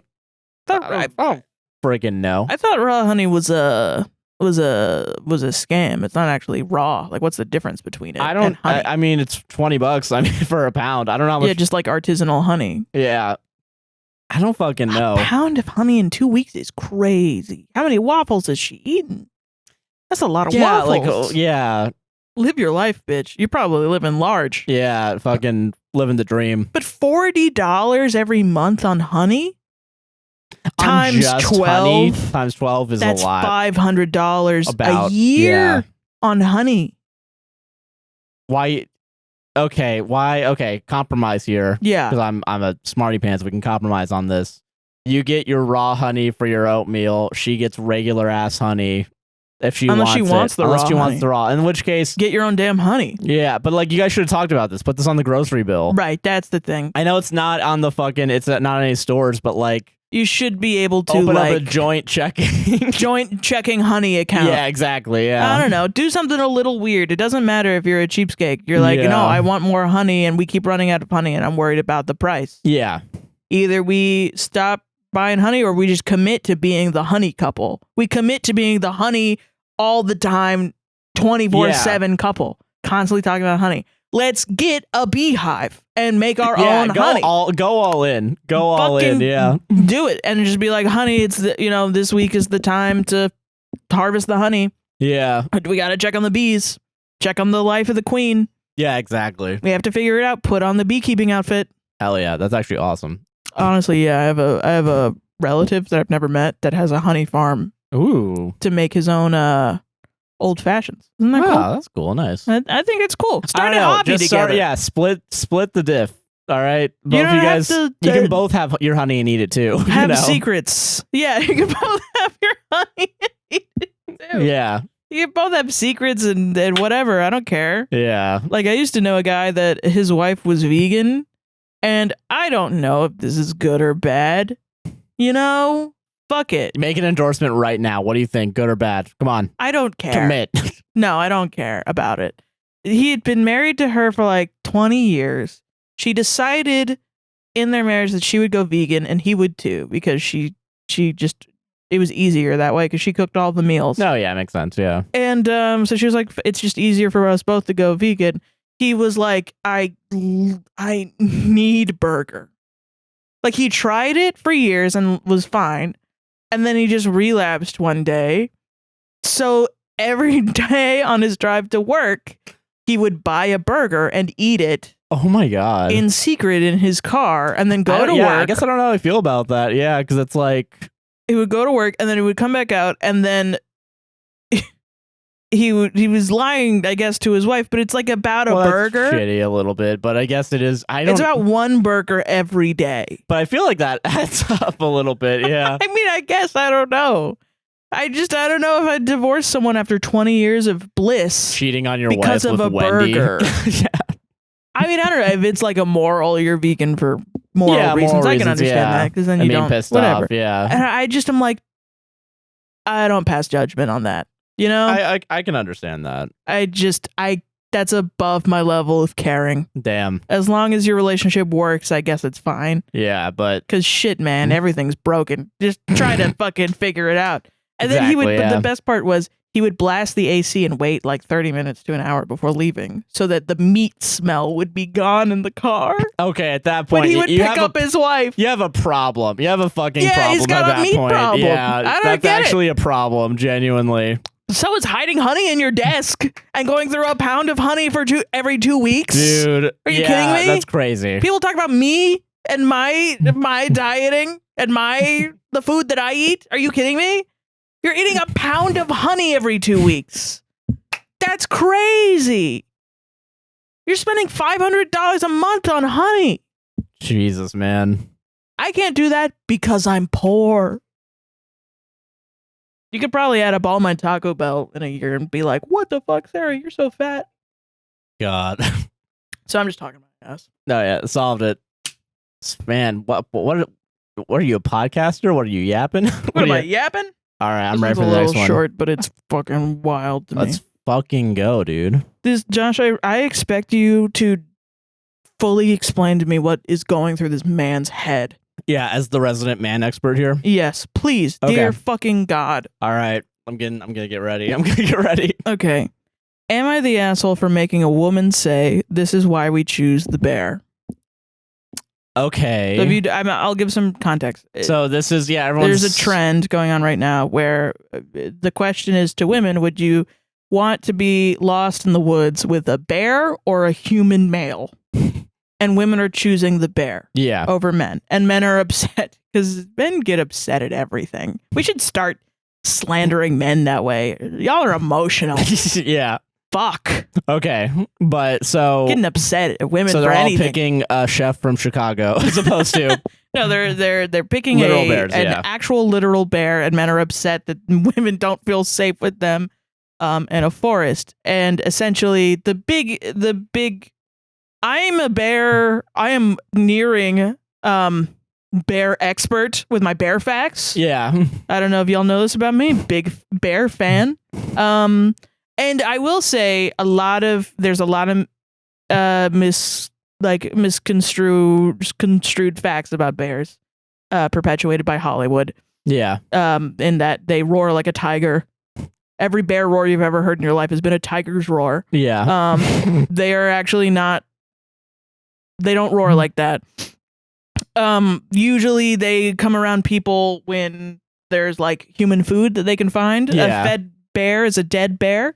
This is usually if a bear is socialized enough that they actually interact around people, the people have to come and kill it. Yeah. And they are silent killers. Okay. Because why would you scream at your lunch? Yeah. So, right? okay. So, yeah. So that's your facts. They are dangerous. I would still choose a bear. Sorry. And the main thing that women are saying is people would believe me. Yeah. If I was mauled by a bear. That is fair. Yeah. Yeah. And I agree with that shit. I can understand that. So, knowing all the horrible bear facts I know, and I do think you should be careful around bears, I would still choose a bear. Okay. And I think that says a lot. Okay. So, yeah, what was the title again? Sorry. Let's get to the story.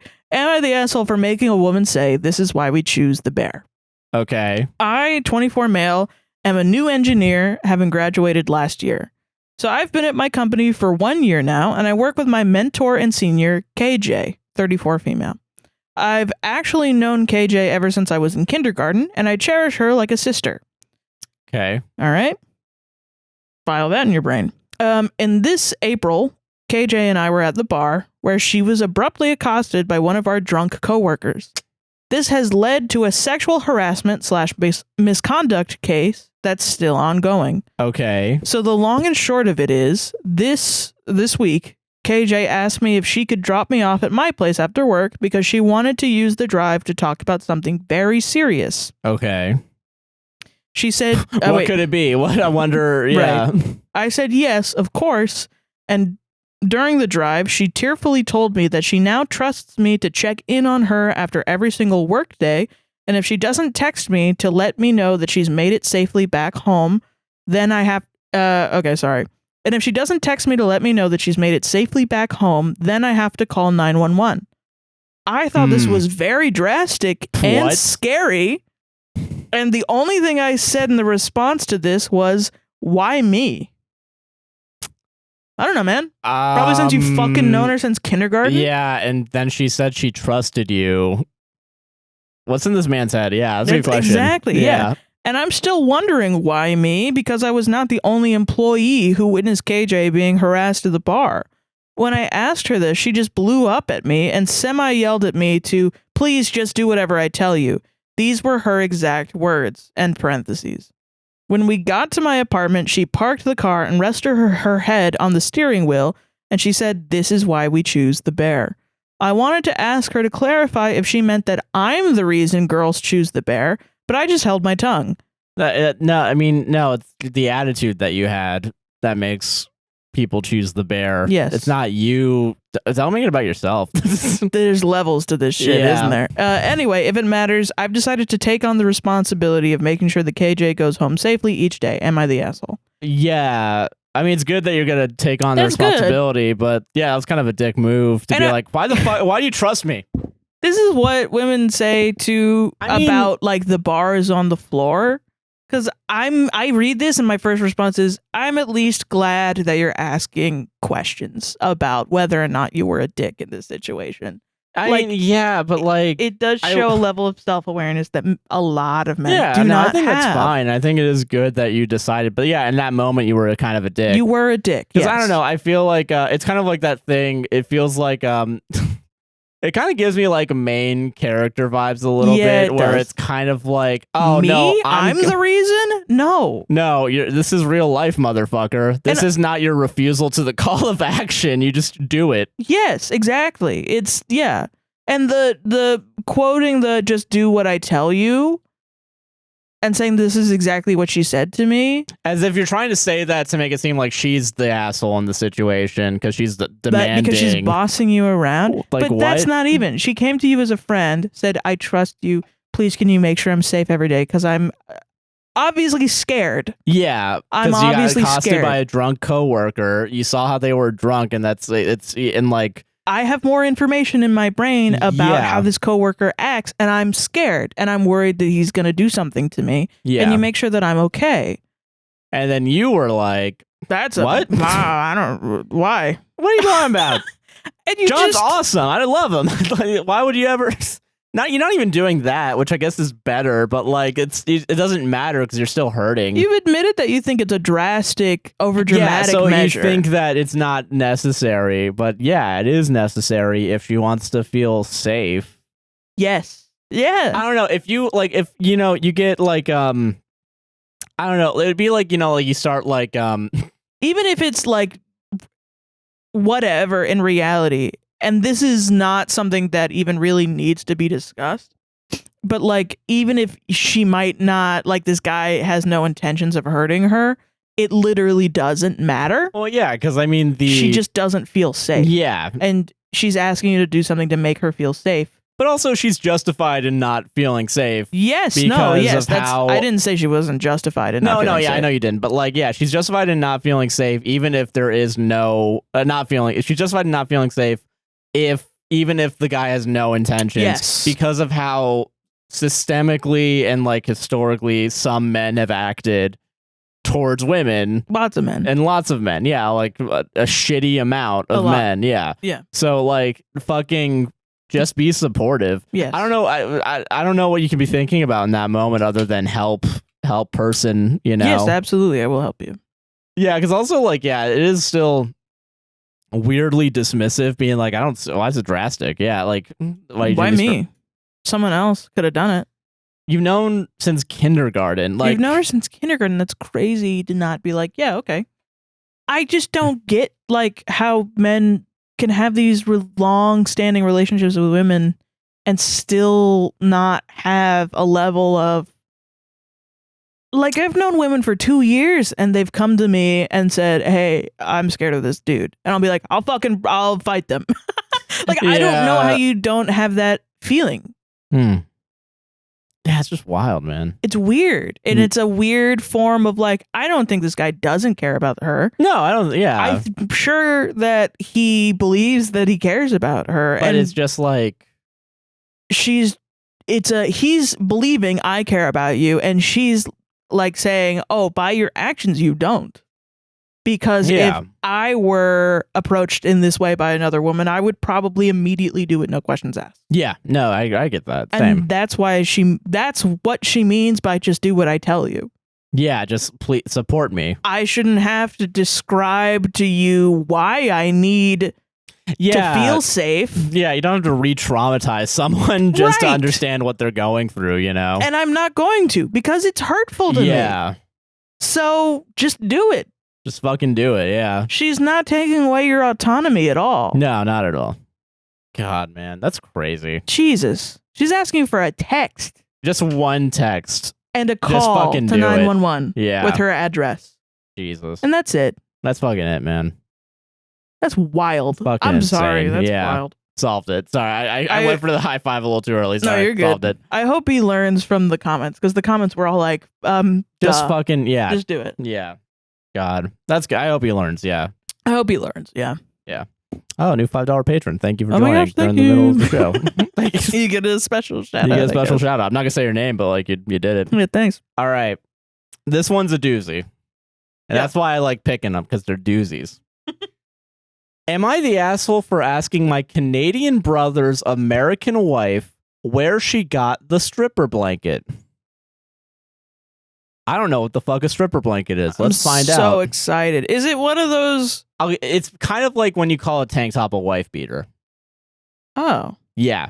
Oh, that's not what I thought it was. What do you think it was? Tell us to the class what you thought it was. This might be outing my brother. But my brother had a... Your brother the stripper?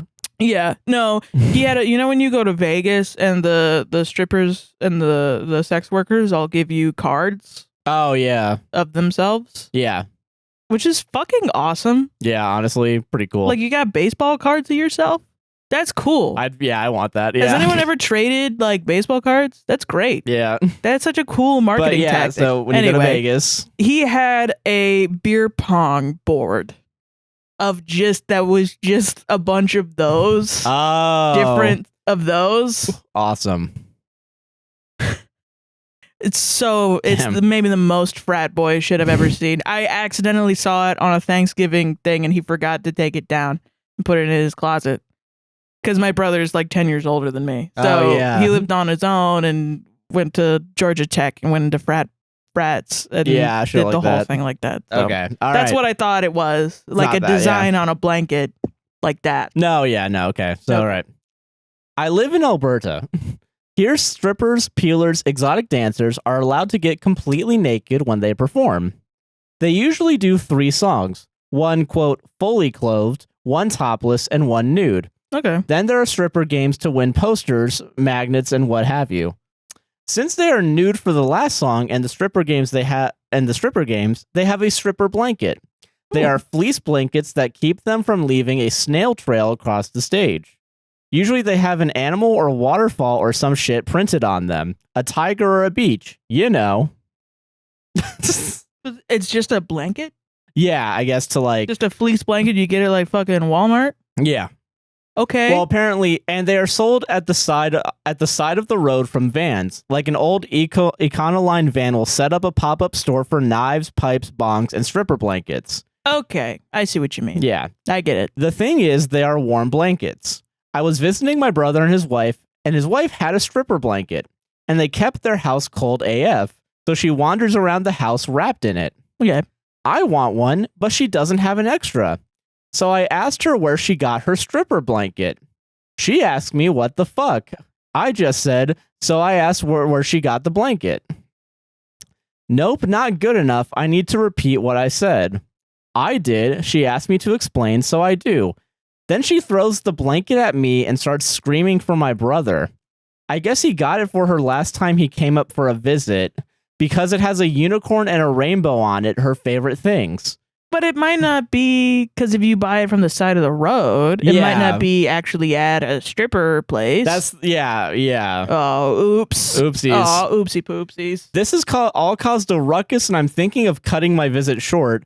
My brother thinks I'm an asshole for calling it a stripper blanket. She thinks he's an asshole for buying her a roadside stripper blanket as a gift. She is yelling at him, and he is mad at me. I just want to leave Missoula with all my parts attached. Am I the asshole? I don't think so. It's your brother's an asshole for... I was going to be like, I need more information on what he said to her about the gift, which is true.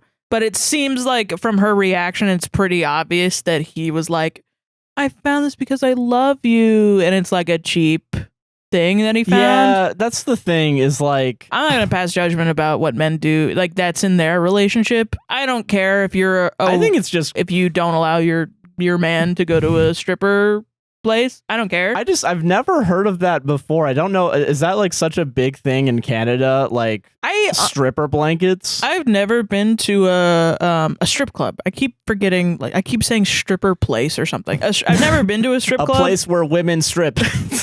I've definitely not been to a strip club enough times to know the rules off the top of my head. Yeah. So I can understand it if they get fully naked. It's got to be cold. Yeah, like I want them to be comfortable. But yeah, I feel like it's kind of weird.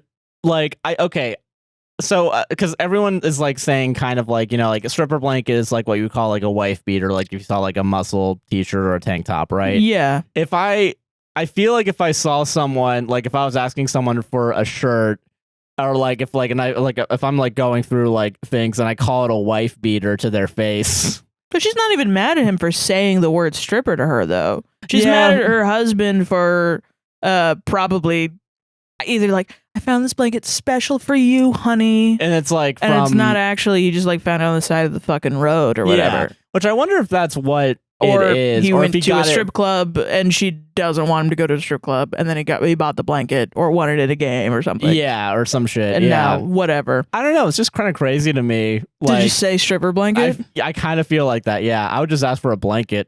I mean, if it's locally. Well, it's locally recognized. Anthropologically, if it's locally recognized in Canada, slang.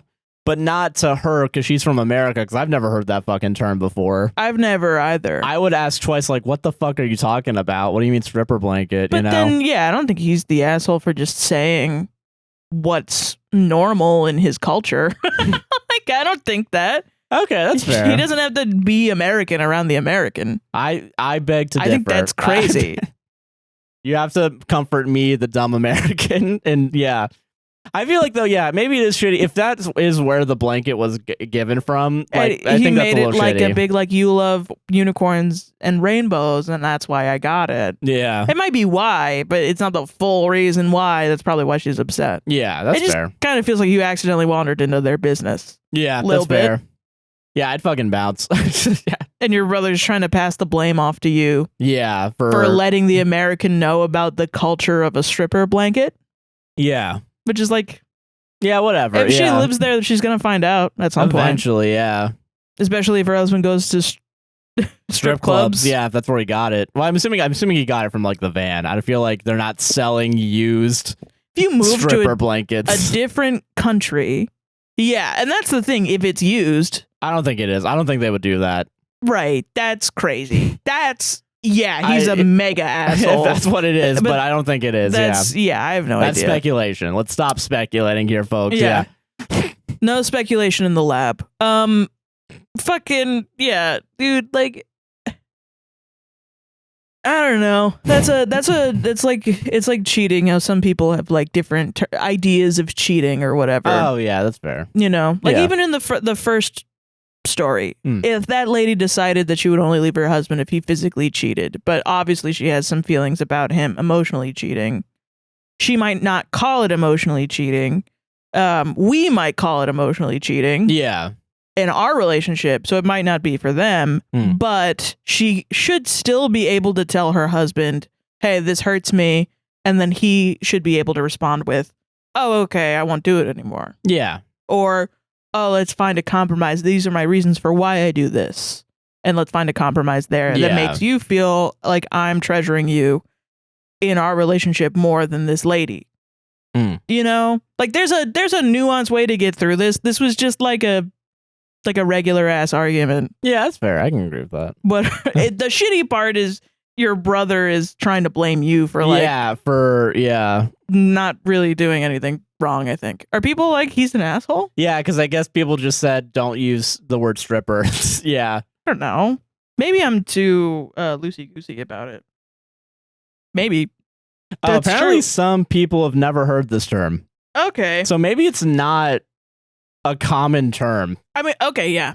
So if it's not a common term and he was just like, it's a faux pas for sure. I think if nothing, yeah, I think it's so. Oh yeah, yeah. No one apparently calls him a stripper blanket. Okay, so this guy's just crazy.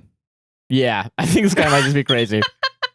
Well, okay, you gotta fucking okay. Sorry, hold on. Give me that information too. So yeah, apparently no one calls it fucking. So this guy's just a weirdo. Yeah, I think this guy's just a weirdo. You and your brother are weirdos. Yeah. Then.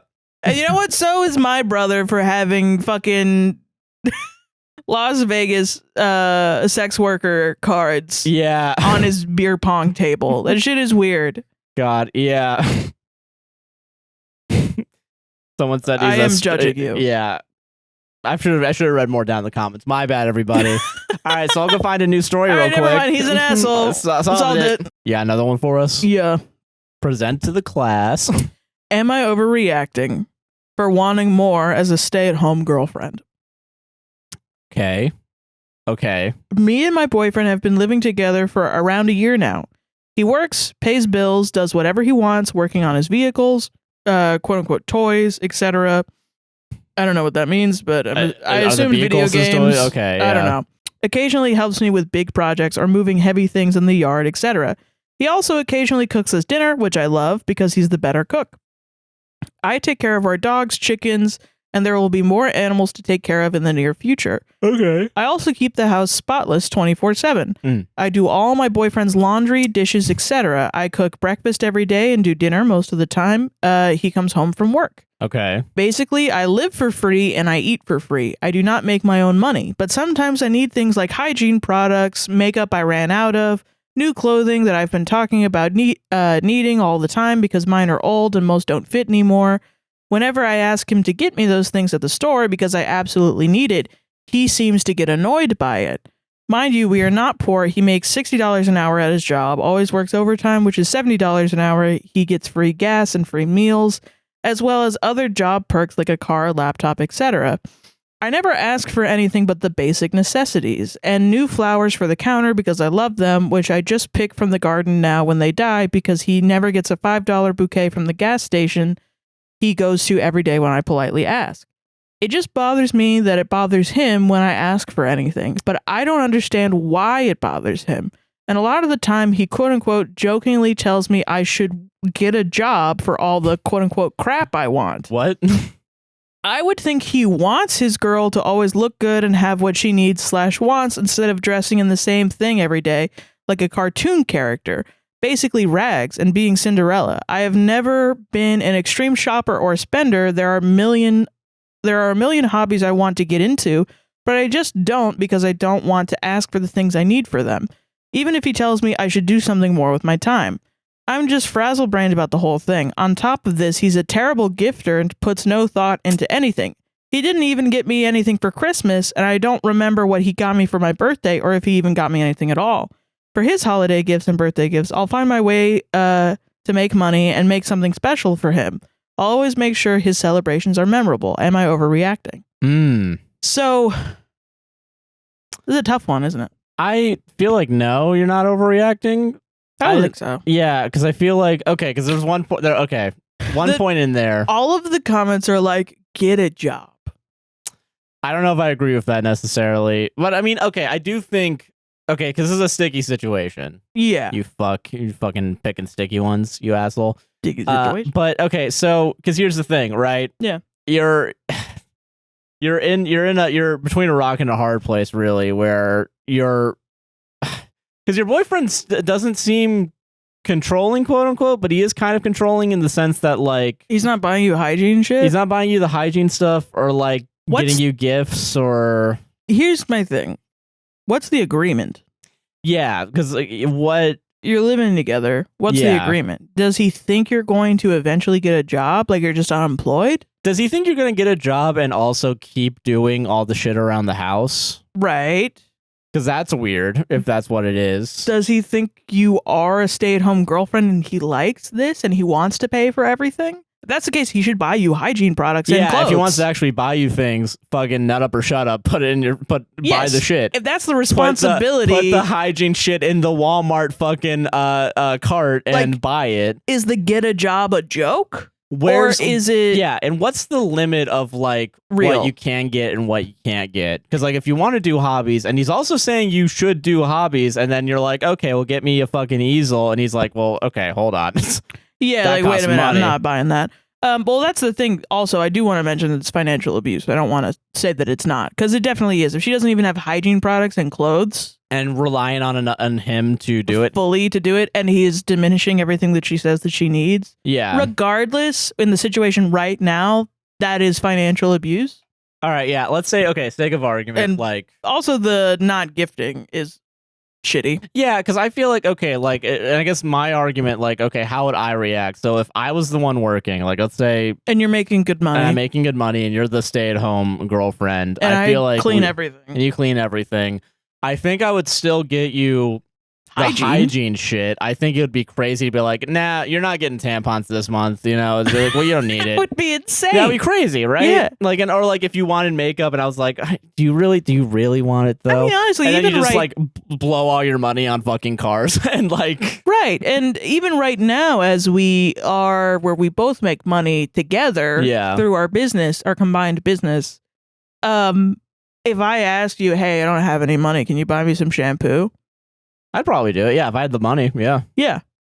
But that's the thing. I know in my mind a little bit how much money you have. I don't know the exact, I'm not like monitoring your finances. Yeah, you're keeping a track on all the, yeah. But I at least know what's going on with the finances. All the train rides to Miami and hookers and blow, yeah. Yeah, the stripper blankets. Yeah. But no, it's the fucking, I think in general, if you're going to be a stay-at-home mom or a stay-at-home girlfriend or something, or stay-at-home anything, and you're going to rely on your partner to 100% bring in the income, I think you should still know what the rent is, what the bills are. Yes. I think you should still sit down with your partner and go over finances. Like a general idea. Like you don't need to go transaction by transaction. No. But like this is what rent is every month. This is what water is usually. Hypothetical. Electric. In a week, right? You tell your partner, hey, I need like shampoo, right? Like $20 for shampoo or something. And he's like, no.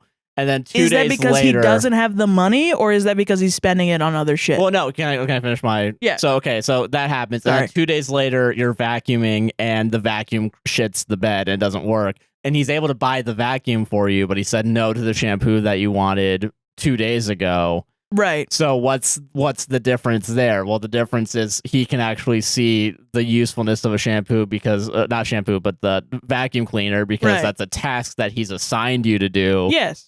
And not shampooing your hair is something that you should do on your own time, not company time. You know?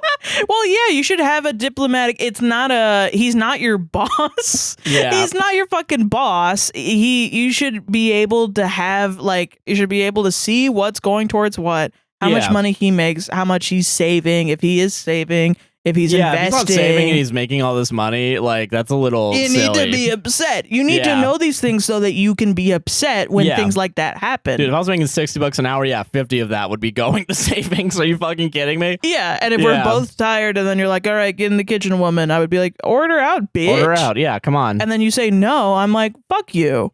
Yeah. So I know whether or not you're saying that because A, we don't have any money, or B, you just don't want to because you think it's your money and not our money. No, I get that. Yeah. I mean, you know, that's how I think about it. I think also my personal opinion about it is you should probably have a job.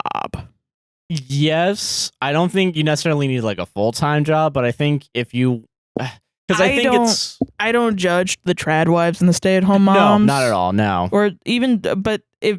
like a stay-at-home girlfriend where there's no real reason for you to not have a job, or at least a hobby, or like a self-employed thing, or going to school or something. Yeah, you should be working on yourself in some way or another, which you might be. Because you're not legally committed to this man. Yeah. He could dump you, and then you... What's the exit plan? Yeah. What's going on? And yeah, I do think you should... Every woman... in general, should have an exit plan for their relationship, just for safety. It doesn't mean that you don't love your partner. Like, no, but you should, I do in this relationship. But I hope to God I'll never have to use it. No, but, I like, get it, yeah. I need it because I don't have family I can rely on. Yeah. And I wouldn't expect to rely on your family after we break up because that would be crazy. No, yeah, no. That would be wild. And I definitely do not want to break up. Yeah, you're not talking to the rest of my fucking family ever again if we break up. Get out of here. Get out of here. But no, I get that. Yeah, it'd probably be amicable, but I want to be able to support myself if I ever have to be independent. No, it's going to be loud in public. Yeah. We're going to dual TikToks if it's still around. Yeah, it's going to be... dual podcasts. Yeah, dual schmites. Yeah. What? Dual schmites, you know, that's going to be... Oh, that'll be the next app? Yeah, instead of TikTok, it'll be schmite. Making sure that's not a real thing. Hold on. And patenting. But yeah, no, I do think that in general, but that's just because I'm a dirty, rotten feminist. And I just believe that movements like the trad wife movement kind of indoctrinate women into like conservative values. And I've heard of a lot of stories of women that went down the trad wife thing, and then they come out of it and they're like, I got 3 kids and I'm on my own, and I had to do a move all by myself, and I didn't put in anything in place, blah, blah, blah. I married my husband, and then I found out he was abusive, and I didn't notice the red flags, and then I got out of there, but I didn't have a truck. I don't have a car. I've never owned a car. I don't have enough money. I don't know where to go. I had to go to a woman's shelter. I had to give up my pets. I had to do this, whatever. Yeah. And I wish I didn't do that, and I wish I'd done things sooner. That's the regular women advice that I will give you, and do with it whatever you will. Really, I'll never judge you. No, yeah, I agree. Yeah. Truthfully. Damn. Solved it, though. Fuck that. Solved that guy. Yeah, fuck that guy, dude. Fuck that guy, dude. All right. You fucking ready? You ready? So are you ready? Yeah. So are you ready, though? Like, come on. I don't know. Maybe. I guess I'm not. Am I the asshole for suggesting we split chores differently? Vague title. I don't know. I think it gets the point across. I think it's concise. Throwaway account because my friends know my real one. Okay. Me, 23 male, and my girlfriend, 22 female, got into it last night, and I think our relationship is in a bad place now, based on her reaction to everything. I want to know if I'm the asshole and should apologize, parentheses, I have no problem doing that if I was wrong, or if she is the asshole by overreacting so intensely. My girlfriend and I live together and mostly split everything 50-50 in terms of household stuff. We also split finances 50-50 since we earn basically the same right now. Okay. I think I could get more opportunities at work if my mind was free to focus more on dedicating myself and excelling at work. Right now, there's a limit with how much I can do it with work because I have to come home to dishes, sometimes cook, do laundry, take care of our dog, and other things. It also doesn't take my girlfriend nearly as long to do some of those things as it takes me. I gently suggested she temporarily takes on closer to 80-90% of the household chores for now so that I can focus on work more. 80-90% is crazy. Gently, I told her, do 80-90%. You should just do all my chores. And raise my income for both of us as a result, and she literally laughed. I told her I was serious and explained my plan to get promotions, earn more, and she can focus on other stuff so we can be more successful as a couple overall. She called me an asshole and eventually even said I was being sexist, which honestly pissed me off. If she disagrees, that's one thing, but don't just call someone sexist for having an opinion or idea that's not the same as yours. Fuck off, man. Especially when I'm trying to look out for both of us as a couple. The conversation went on for about 45 minutes before she said she needed some space and left for her mom's house. She hasn't responded to my texts or calls, and I just need to know if I should apologize or wait until she does. And that's the end of the post. If you heard you shouldn't call someone sexist, you're an asshole, and you agree with that, you shouldn't call someone sexist, you're an asshole, you shouldn't call someone sexist because you don't agree with their opinion. If you agree with that and you genuinely think that, stop fucking listening to this podcast, because I don't want to hear some bullshit of, oh, I can't believe you guys said this about this lady in the story. She sucks. I can't believe you have that opinion. I don't want to read your stupid fucking comment. Remember that guy that was like, yeah, you guys make everything about gender. You do. In your mind, you literally said, oh, my girlfriend, she's better at the dishes than I am, so maybe I can convince her to do 90 to get so that I can focus more at work because I'm not constantly thinking about the dishes. To get a promotion that you don't even have yet. You're not even that shit. Yeah, you're not even. Yeah, you. First of all, the idea that anyone's gonna get promoted, like you're because the one, you don't do dishes anymore, is crazy. Fuck off. You're 12. I don't do the dish. Do the damn chores. I'm pissed off. I'm sorry. That pissed me off. I hate that mentality of like, stop calling someone I'm not that. sexist. I just think women shouldn't vote. And honestly, you bringing up sexism is kind of an asshole move. I fucking hate that. I fucking hate you, dude. I fucking hate you. I hate you so much. And if you bring up misandry, you're a fucking asshole, actually. And I'm gonna light this shit on fire. Both of us together. We will go down forever because I hate you and this mentality. You suck. You suck. You're a piece of shit. You're dog shit. You're dumber than fucking dirt. Yeah. You're dumber than a pile of fucking dirt, and stop being in my vicinity. Shut up. Oh my God. Okay, I'm sorry. No, it's all good. Oh, Jesus. Is this in reaction to that comment from last week where someone was like, dude, I can't believe he admitted to having porn, and then I mean, I think it's all the comments. It's just all the comments, every time I get something stupid like that, and then I click on it, and then you're constantly like, it's actually 20 comments of people being like, I like you guys. You guys are totally like me. And then I say one thing that you don't agree with, and you turn around and try to make me feel bad as a person. Go fuck yourself. Go fuck yourself. I'm being so for real right now. Like, I just don't care. No, I get it. Yeah. If you just are a person inherently who thinks sexism is something that is thrown around too much, you're not going to like me. Yeah. And I don't like you.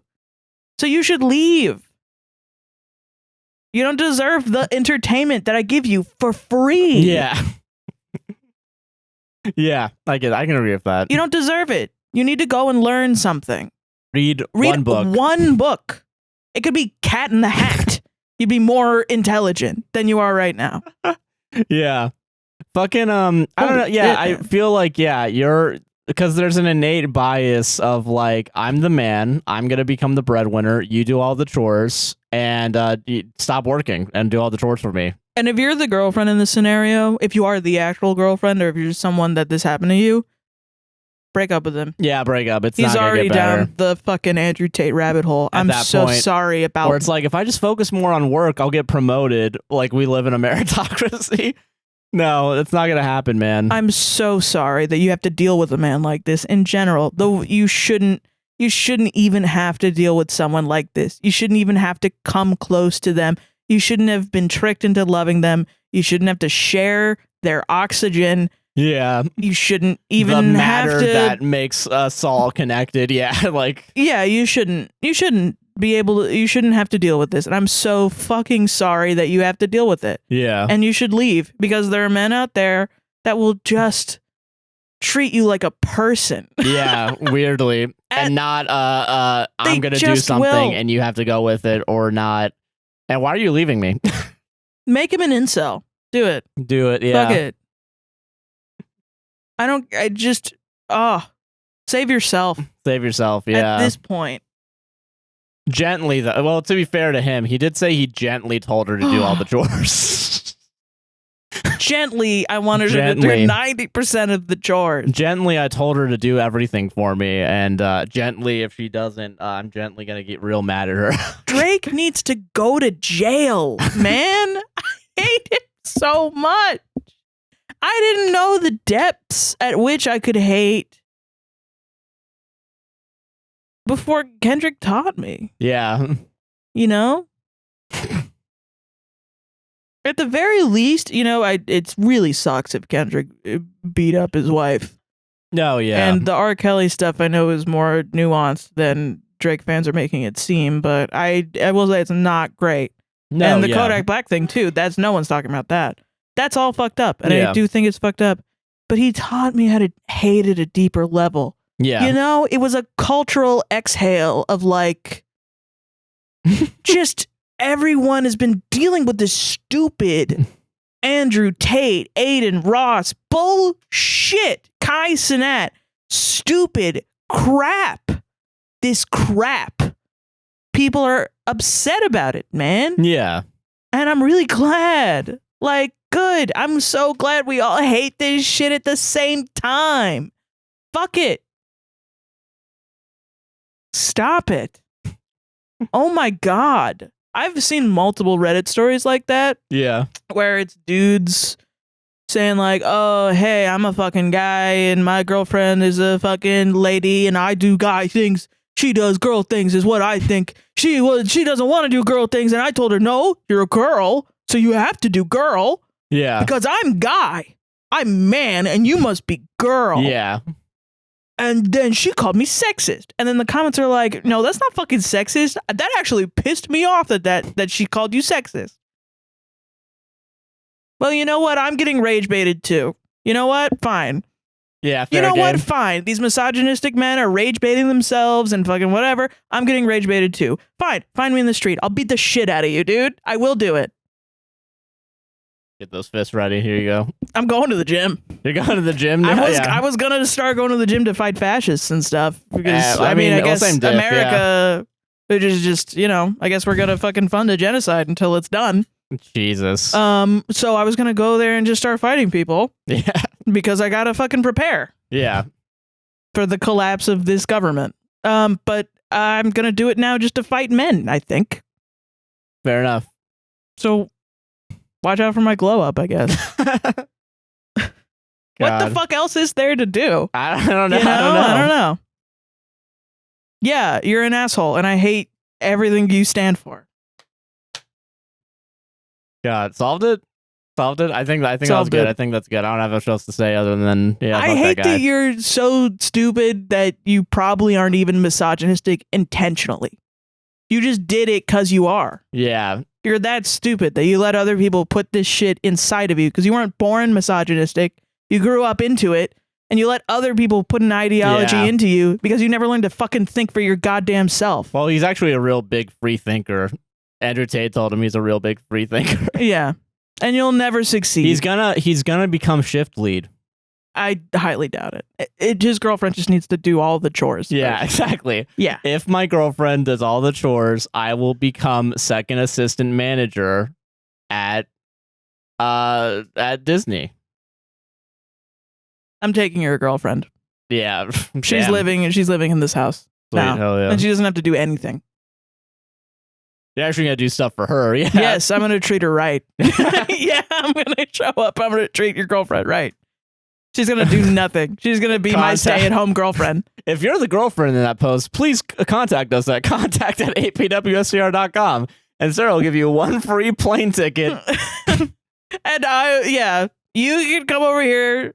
I will go over there, and I will beat up your boyfriend, and then I'll come back, and I'll treat you like the queen you are. Yeah. You got the palm leaf ready to fucking fan her. Yeah.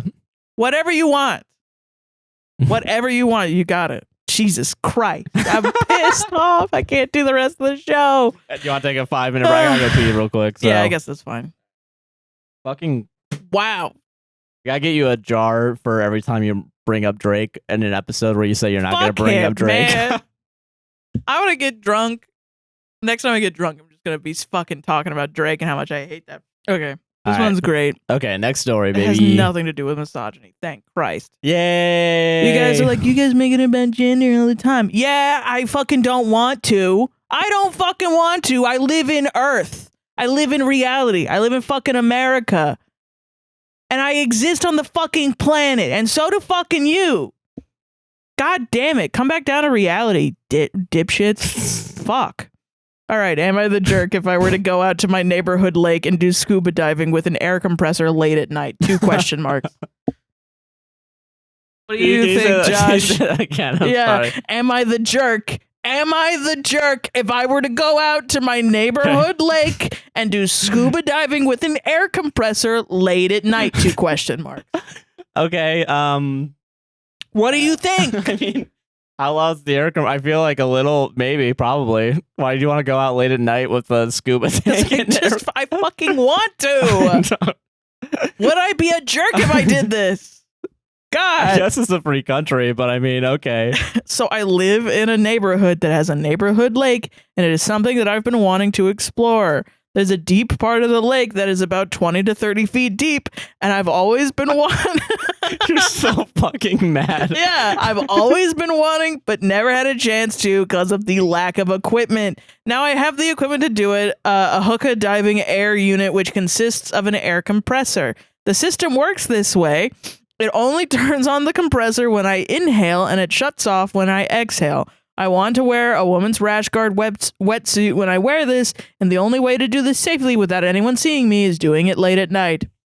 That's not true. I'm sorry. It's not true. Yeah, okay. I am in the process of getting all of the equipments and accessories together to do this.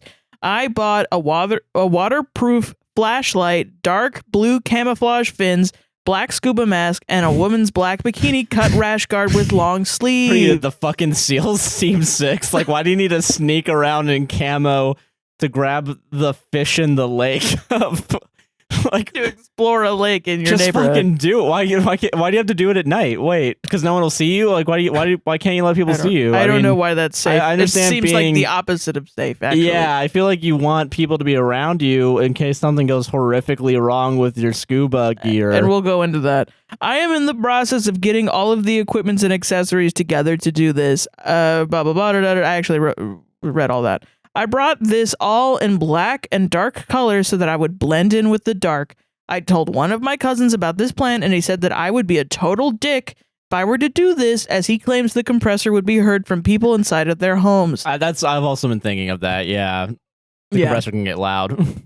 There are people who have houses on the lake. I don't understand how they can hear it, as the compressor isn't even loud. You can only hear it if you're close to it while being outside. Loud. Well, yeah, if you're outside, it's just gonna fucking travel if there's nothing in between you and the houses. I'm gonna read a comment, the top comment on this. Okay. Because I think it's really interesting. Okay. But that has nothing to do with it, just saying. Okay. I feel like as I'm a resident there, I can do this without any issues. They say that you can swim there, but at your own risk as there's no lifeguards. Would this really make me a jerk if I were to do this? 2 question marks. Probably. Yeah, because I feel like you're underplaying the compressor. Also, it's not safe. Don't ever at night scuba dive alone. Do it with others. Yeah. I think, that's insane to me. Top comment. Okay. I'm a scuba diver with advanced and rescue certs.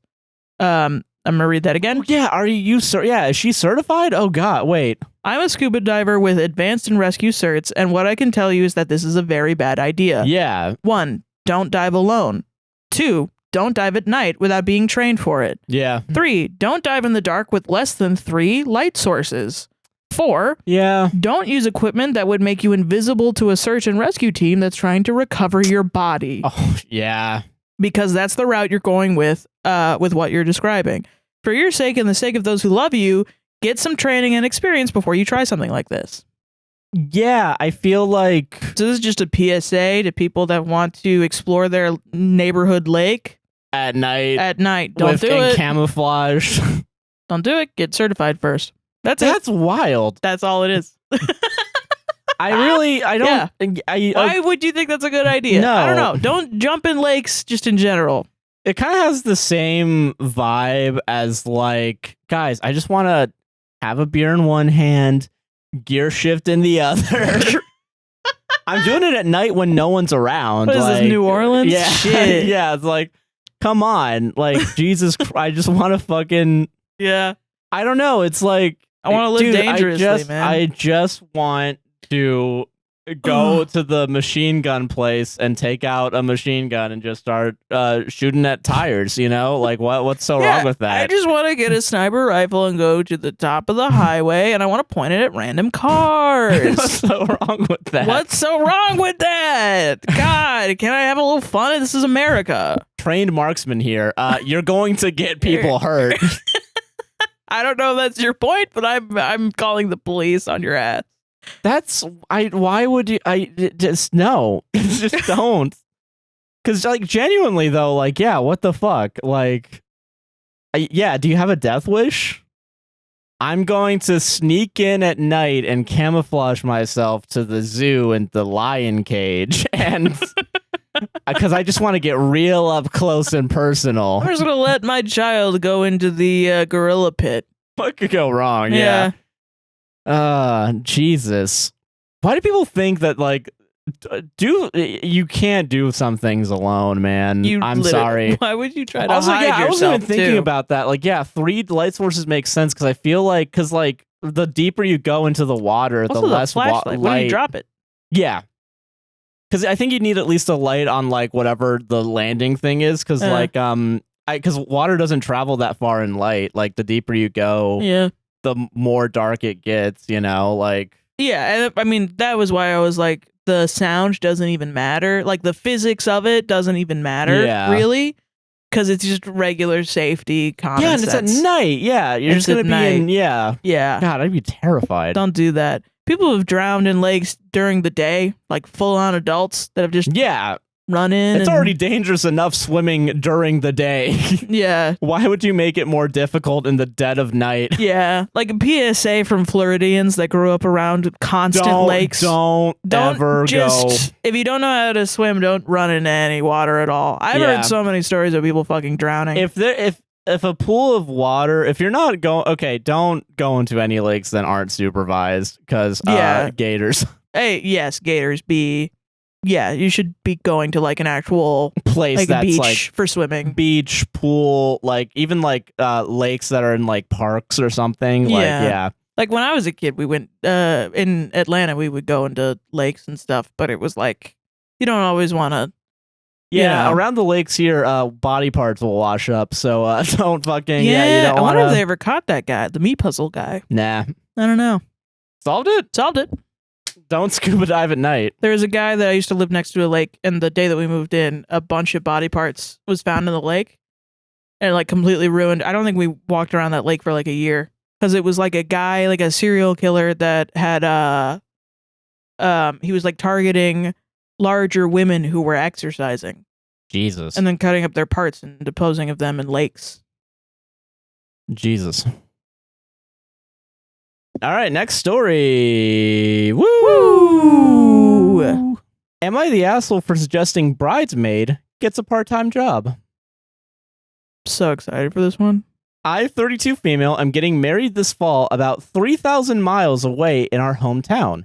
Most of the people in our wedding still live there, but a few bridesmaids live locally. One of them, 27 female, we'll call her Erica, is unemployed. She finished her MA 3 years ago, but hasn't worked for the last 2 years. She had a job when she said yes to belong in the wedding, but lost it a few months later and told me she would not be able to fly over all 3 times for the celebrations. Dress fitting, beach party, wedding. And would only be able to fly over for the wedding. That makes sense. Yeah, I feel like, 3 different maybe trips. Dress fitting sucks, but like, at least you can make the wedding, yeah. 3, I wouldn't be able to. I said that was fine and decided to move the beach weekend to an area a few hours from us and have the rest of my bridesmaids fly in for that, since they won't have to travel for the wedding. I mentioned that since they were flying in, she and the other 2 local bridesmaids would be responsible for more expenses to even it out. Erica told me that she was happy to be able to come to the beach party now, but that her situation hasn't changed and that she still is on a tight budget. She moved back in with her grandparents and has no expenses, but also no job, so I don't know why. Yeah, that makes sense. Yeah. I don't understand why she can't do something to make money during the day if the wedding expenses are such a burden to her. When I mentioned it to her, she looked shocked and got super embarrassed. She told me that she doesn't have time during the day to work because she's working on an art thing for a show coming up, but that's not until after my wedding. She even got to the point of tearing up and telling me how little is in her bank account, which I thought was pretty weird and manipulative. Oh my God. How would you handle this? Am I being a bridezilla, or how would you explain to her that these are the bare minimum duties as a bridesmaid? That's it. I just think you're lame. Sorry, man. Yeah. I just think you're not a good friend to her. That's it. I feel like, yeah. Whatever. That's literally it. I'm sorry, I don't fuck with you. I don't fuck with you at all. I think it's crazy to sell your own friend to get a job so you can help pay for the expenses of one wedding. And the thing that killed it for me is which thing? But that thing isn't even until after my wedding. So why is she working on it now? She should be only thinking about my wedding for 6 months. And I'm making some shit up, guys, you know. But I mean, she should be only thinking about me and my wedding, and she should do a part-time job that she doesn't want to do, and she has other duties elsewhere because she's an independent person, independent from me. She should put all of that on the back burner for me, her friend, and do it. And I don't care about her and her life. I don't really care to know about it. And when she cries, she should just go work at Starbucks. Should just shut up and just do it and just show up. Yeah. I think it's crazy, the idea, like, because I feel like if you're doing an art piece and like you're gonna get paid after the art piece is done, I feel like it's crazy to me that no one ever understands that in some cases you only get paid after a gig is done for art. Especially now that we get paid only once a month from each of our little... Yeah, it's usually months after. Yeah, you know, shit fucking... She's figuring out her own financial situation, whatever. If you really are like, I'm not friends with poor people, just say that. Yeah, just admit that. Just say it, man. I also think, it's crazy that, like, you were going to have 3 different days to fly back to your hometown. I can't imagine asking anyone to fly.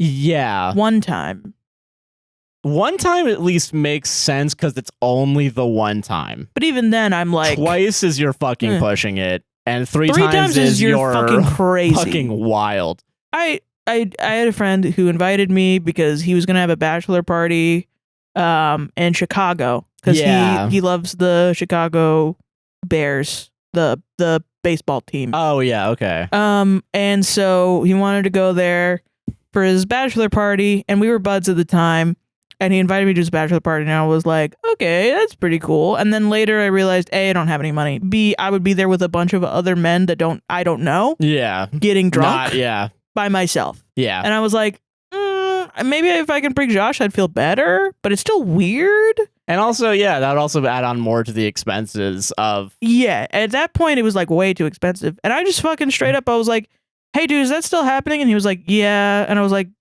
can I not go? And he was like, yeah, that's fine. I don't care. And we weren't in the wedding party at all. Even then, we weren't in the wedding party at all. But he made special reservations for us at the wedding to sit with the wedding party. Yeah, that was nice. Yeah. And I didn't even ask for that. He just did it on his own. It was really sweet. Yeah. Yeah, and we're fine. Yeah, I feel like... Because he's a good person. You're not a good person. You're being shitty to your friend. You're being shitty to a friend of yours. Who's unemployed. That is a big enough of a friend to be a fucking bridesmaid. In one of the worst, like, labor... markets ever. Yeah, I think telling someone to get a fucking job when literally all the jobs are shit. I think you're even if you shitty. said that 10 years ago, I think you're pushing like your fucking like manners, you know, like just go get a fucking job. I mean, I don't know. Even then, like the just unkind. Yeah, it's not right. Unempathetic. That's why, like with the girlfriend before, I'm like, I do think it's good to have a job if you don't have anything else going on. But I'm not going to tell you just get a job. Yeah, especially it's hard. like when this person is like also doing work. Like if she has an art installation going on, I think that's important. Yeah. You know? Yeah. Because also, yeah, a lot of work, and this is shitty for artistic people. Like literally most artistic work is unpaid, and like you're going to get paid in quote unquote exposure. But Josh, so why would you do it? Stop listening to this fucking podcast then. There you go. Well, no, because like, yeah, then if you have go about your life, if you have to interact with art. Yeah, stop listening to the radio. Stop listening. Don't even get in your car. Cars are Kendrick beef. You're not a part you're of allowed it. to talk about it or look at it. Yeah, music, anything. Don't even go on your computer. Don't even unless do it's it. Excel. Yeah, that's all you get to do. Microsoft Word, but don't make any art on Microsoft Word. Yeah, exactly. Just type spreadsheets Just and use Ariel. file. Yeah. Even then, that's kind of art because it's writing. So you can't do that. Damn. Fuck. Yeah. Damn, die in a ditch. Yeah, there you go. That's fun. Yeah. I don't know. Yeah. Fucking asshole. Yeah. Solved it. Yeah. You truly are an asshole too. That's a real one. Yeah. That's a real. You're not it. Your mic stand's getting worse and worse. Right, I'll fix it. Fix it. Jesus. I learned from Disney you got to put on a good show.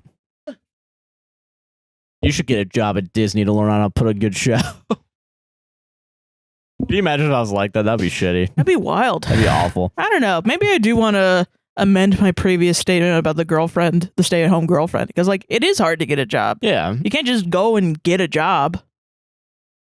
I think if you're able to and try and get a job and that's something you want to do, I think you should try and do it. But also, like, I get the struggle. I think, yeah. It's a struggle. In reality, we all hate capitalism. And I think if you do not have to get it, this is why I don't judge stay-at-home moms and girlfriends and whatever. And I'm really not. Like, if you're choosing not to work, I understand what you're going through, man. Yeah.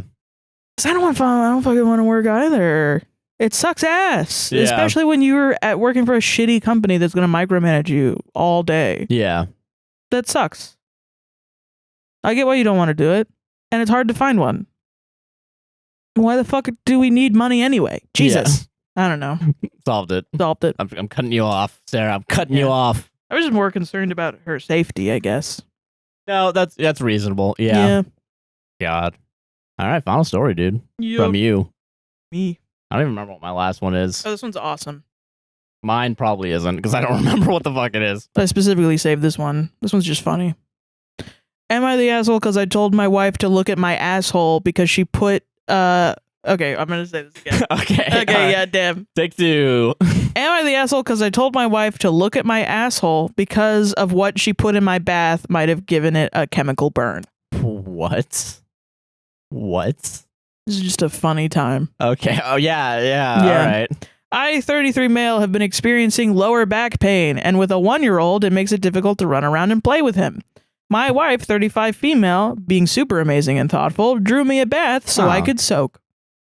Now I want to preface that I find what my wife did was extremely thoughtful, and she's an amazing woman/partner, but as I'm writing this, it feels like I'm currently being sodomized by Frosty the Snowman. What? Okay. What the fuck happened? I get in the tub, and within 5 minutes, my O-ring is starting to tingle. And in another 2 minutes, my asshole is singing, "Do you want to build a snowman?" I call for my wife pretty frantically, and she comes running in.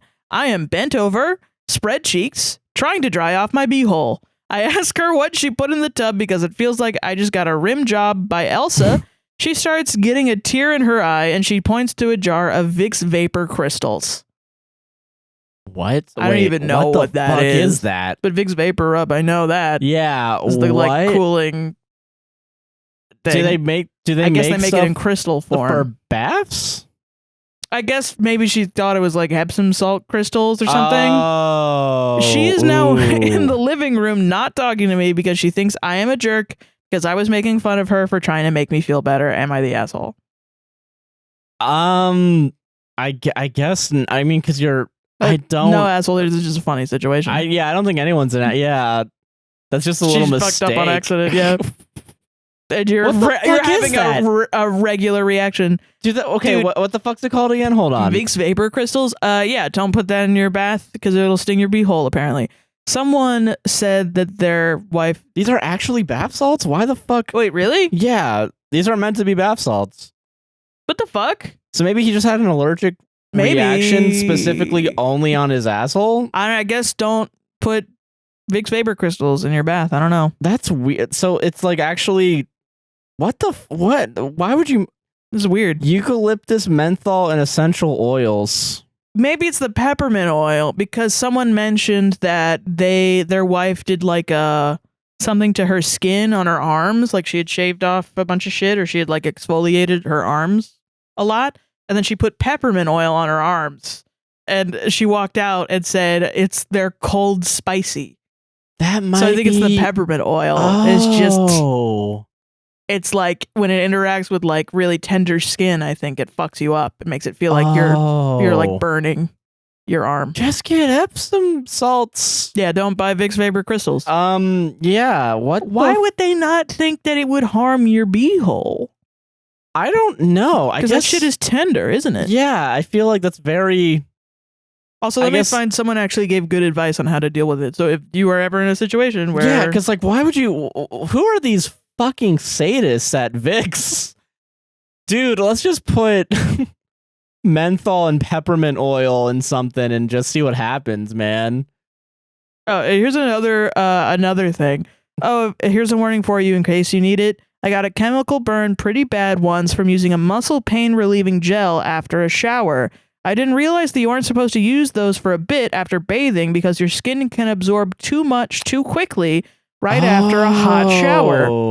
That felt like my forearms are being set over a campfire. So just a warning in case you ever considered rubbing some of that stuff on your lower back after a bath or shower to help relieve your sore. Why is the human body so back fragile? Jesus. Yeah, for real. One time, okay, this is the thing about the wife. One time my wife took a shower during which she had scrubbed all over with a loofah. Then she put peppermint oil on her arms. Oh, because it's scratching at your skin. Yeah. Like it's exposing it a little. Yeah. Yeah. She came in the bedroom holding them out away from her body. All she was capable of saying, hoarsely whispering really, was, "My arms are the cold spicy." Yeah, because, oh God, because if you're using like shitty toilet paper... Yeah, never use and peppermint you're using oil that soap on either. your asshole. Oh my God, that's a new fear unlocked. Maybe it's just that she put too much in. That's possible. Apparently, you're supposed to put 2 capfuls in, but like the jar's like super fucking huge, and I'm like, why would you do that? I don't think I would do that. Sensitive skin or light allergy. Essential oils are not for everyone. Yeah. So you might be okay. Wow. I don't think, I guess no assholes here because I guess he didn't know about the potential allergy, but I think that's a good thing to look into. Or it could be anal fissures. Yeah, true. Yeah. Yeah. That's crazy. Dude. Oh my God. No assholes. No assholes here. Someone said in a healthy marriage, eventually you just kind of accept that someone's going to ask you, is this a hemorrhoid? And you have to look at their beehole. Hell yeah. I'll stare at your beehole for you. Hell yeah, baby. I'll stare at yours. Hell yeah. Solved it. Teamwork. Anything else? I thought there was some. Oh, get some hemorrhoid wipes or witch hazel to help cool down the burning. Tell your wife you were super appreciative of the effort and warn her not to use that product again. Yeah, that's fair. That's the best way to do it. Yeah, because I don't think. You didn't know, so I don't think anyone's really an asshole here. And then someone said the really great joke, which is there's at least one asshole, or else this wouldn't be a story. Yeah. All right, final story. I'm moving on. I'm moving. It's a good joke, Redditor. Thank you. Yeah. All right. Last story of the night, baby. Mm-hmm. Kind of a long one. Okay. Whatever. That's fine. Am I the asshole for calling my wife mentally abusive Oh my God. for Okay. lecturing me about drinking non-alcoholic beer? You told me this one earlier. I still don't know what it fucking means. Yeah, don't worry. We'll get to it.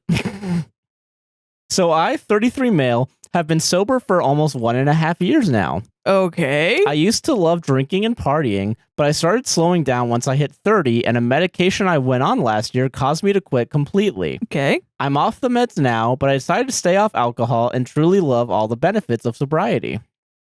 My wife, 37 female, also used to drink often but quit long before me, although she will very rarely have some wine or champagne at like a wedding or something. Okay.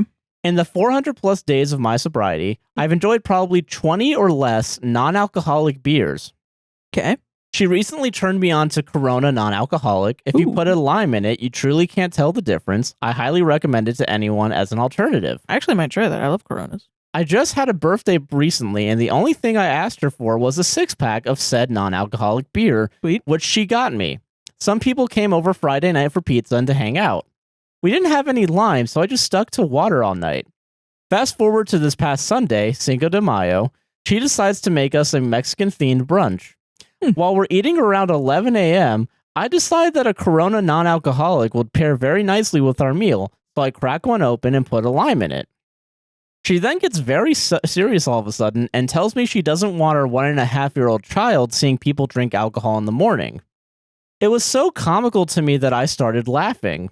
He doesn't know the difference between that and a bottled soda. We're raising him in a sober household. And in my experience, it's actually very common to see an adult have some kind of alcohol with brunch on occasion. Not to mention kids are going to do whatever they want, especially if their parents are too strict. Anyway, I wasn't even angry at this point, and I guess this rubbed her the wrong way, but the whole situation was so funny that I said, quote, "This is hilarious. I should make a comedy sketch about a guy who's such a wuss that his bitch wife won't even let him drink a non-alcoholic beer for his birthday." Wow. Okay. All right. Okay, guy. I did warn you earlier there was going to be a left turn here. Wow. And I was really like, I'm proud of you. You became sober. That's and a good then I was thing. like, this is kind of a nuanced argument because I can see her side. I get it. Yeah. And then you essentially called your wife a bitch. Yeah. But it was just a joke. It was a gentle joke. Whoa. Whoa. Okay. All right. I didn't even mean that she was a bitch. I just meant it in the cliche sitcom trope kind of way. We often jokingly compare ourselves to Doug and Carrie from King of Queens as an example. And as we all know, Carrie's a huge bitch like my wife. No, I'm joking. That would be so that funny. Would be really funny. My memory gets fuzzy at this point, but she flies into a tirade about how bad it is for our child to see this. She bought them. How I drink a non-alcoholic beer every day. This isn't even remotely true. And I can never do this again. I literally don't care. I like non-alcoholic beers, but I could easily live without them. I'm going to be honest. I'm not even listening. You called your wife a bitch. Yeah. I'm not even listening to what you're saying. I don't give a shit. So I tell her that she's being incredibly unreasonable. Yeah. And that this is mentally abusive behavior. Fuck off, dude. This was a major gut punch. She initially tells me to get out, but comes off it. She ended up sitting on the couch for several hours and won't speak to me. I've tried to see her side of this, but honestly, I can't get there. There's no past trauma related to alcohol. I simply quit to be healthier. Am I the asshole? No, you're a bitch in the same way that a sitcom character is a bitch. But like, you're not a bitch, you know what I mean? I actually don't know how to describe what these men are doing wrong because I just don't think you have the capacity of understanding what's wrong. Like, you're like, oh, what the fuck? I don't get it. And then, if you do the thing where you're like, no, you know what's going on. They're like, but women don't communicate. And you're like, no, I've communicated to my husband many times, and he's still fucking called me a bitch. Yeah. And he's still not getting it. Like, even if you treat them like a fucking mastermind, evil mastermind or whatever, then all of a sudden it's, oh, women think men are evil. Then it's like, no, okay, you're just stupid then. Yeah, you're a dumbass. Dumb. Yeah. That's what it is. You're so dumb you don't get to have a wife and child. Yeah. That's it. I hate you. I don't know. It's not rational. It's not good advice. Yeah, it's not really anything worth a fucking expert or a podcast. It's just I hate you. It just this podcast is just me going back over and over and over again saying I hate you. I hate you, poster. I hate you so much. Everyone from random Redditors. I hate Reddit. I hate them so much. Fuck off. You create a space for men like this to come on here and just be stupid to each other. Yeah. It's dumb. It's dumb shit. And if it's all fake, if any of these are fake, what are you doing with your fucking life, man? Get a hobby. Get a fucking hobby. You clearly like writing. Just fucking write. Just write. It's free. It's free to do it. And you don't have to post it anywhere. You literally don't. You can light it on fire. You can throw it away. Something liberating about printing out your work and deleting it off your computer and then burning it afterwards. You do it with tweets all the time. I know you do. I know everyone does it. Yeah. Everyone does it. Everyone. God, dude. Kyle from the video store, he tweets something and then he's like, oh, this is too controversial for these bitches. And then he deletes it. Yeah. And he's got 10 followers. Yeah. Doesn't matter. Who cares? Stakes are low, yeah. The human experience is writing shit and deleting it. And being like aware that the shit that you write is so stupid that no one should have to read it. Yeah. No one should have to. No, yeah, I feel you, yeah. It's honestly polite to ask people to read it. Hey, do you want to read what I wrote? Yeah, asking for consent's important. Yeah, yes. Yeah. You need to ask for, I did not give you consent to be this stupid around me, honestly. You're being ridiculous. Yeah. And you should go to morality jail. Yeah. I agree with that.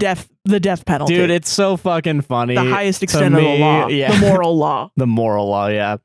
I think it's so fucking funny that a man can say, oh, you're acting like a bitch, and then be like, but I didn't actually call you a bitch. I just said that you were acting like a bitch that I would see on TV that I hate.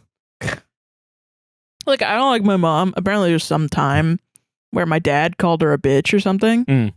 And, if I described my mom, You might. It's one of those situations where it's like she gets upset at people calling her a bitch, and I'm like, stop acting bitchy. Yeah, no, I get that. But she like threw a fit, and she's valid. She's valid. No, yeah. Like, you shouldn't call your wife a bitch, man. Yeah, exactly. You shouldn't do that. I will say too, yeah, also and I think other people in the comments were pointing this out, as someone who like grew up around alcohol, I do remember and have early memories of like beer bottles and shit. I kind of was seeing her side about it. It makes sense. That's the thing. And I don't think, and obviously a 3-year-old's not going to know the difference between a beer bottle that has non-alcoholic on it versus one that does. Right. And you can't explain that later, like, oh, when you were a kid, it was actually non-alcoholic. Like, it's not gonna, the damage is done because the memories are still implanted, It should have been a good discussion of, what are the ways in which we still center alcohol in this house? Yeah, and also, because, it's kind of interesting to me that, like, you still want the feeling of drinking a beer. Well, that makes sense to me, though. Yeah. Like, I don't even think I'm against that necessarily. No. I can understand that. I think non-alcoholic beer is a great choice for addicts. Yeah, no, people that want to stop drinking it in general, just for whatever reason.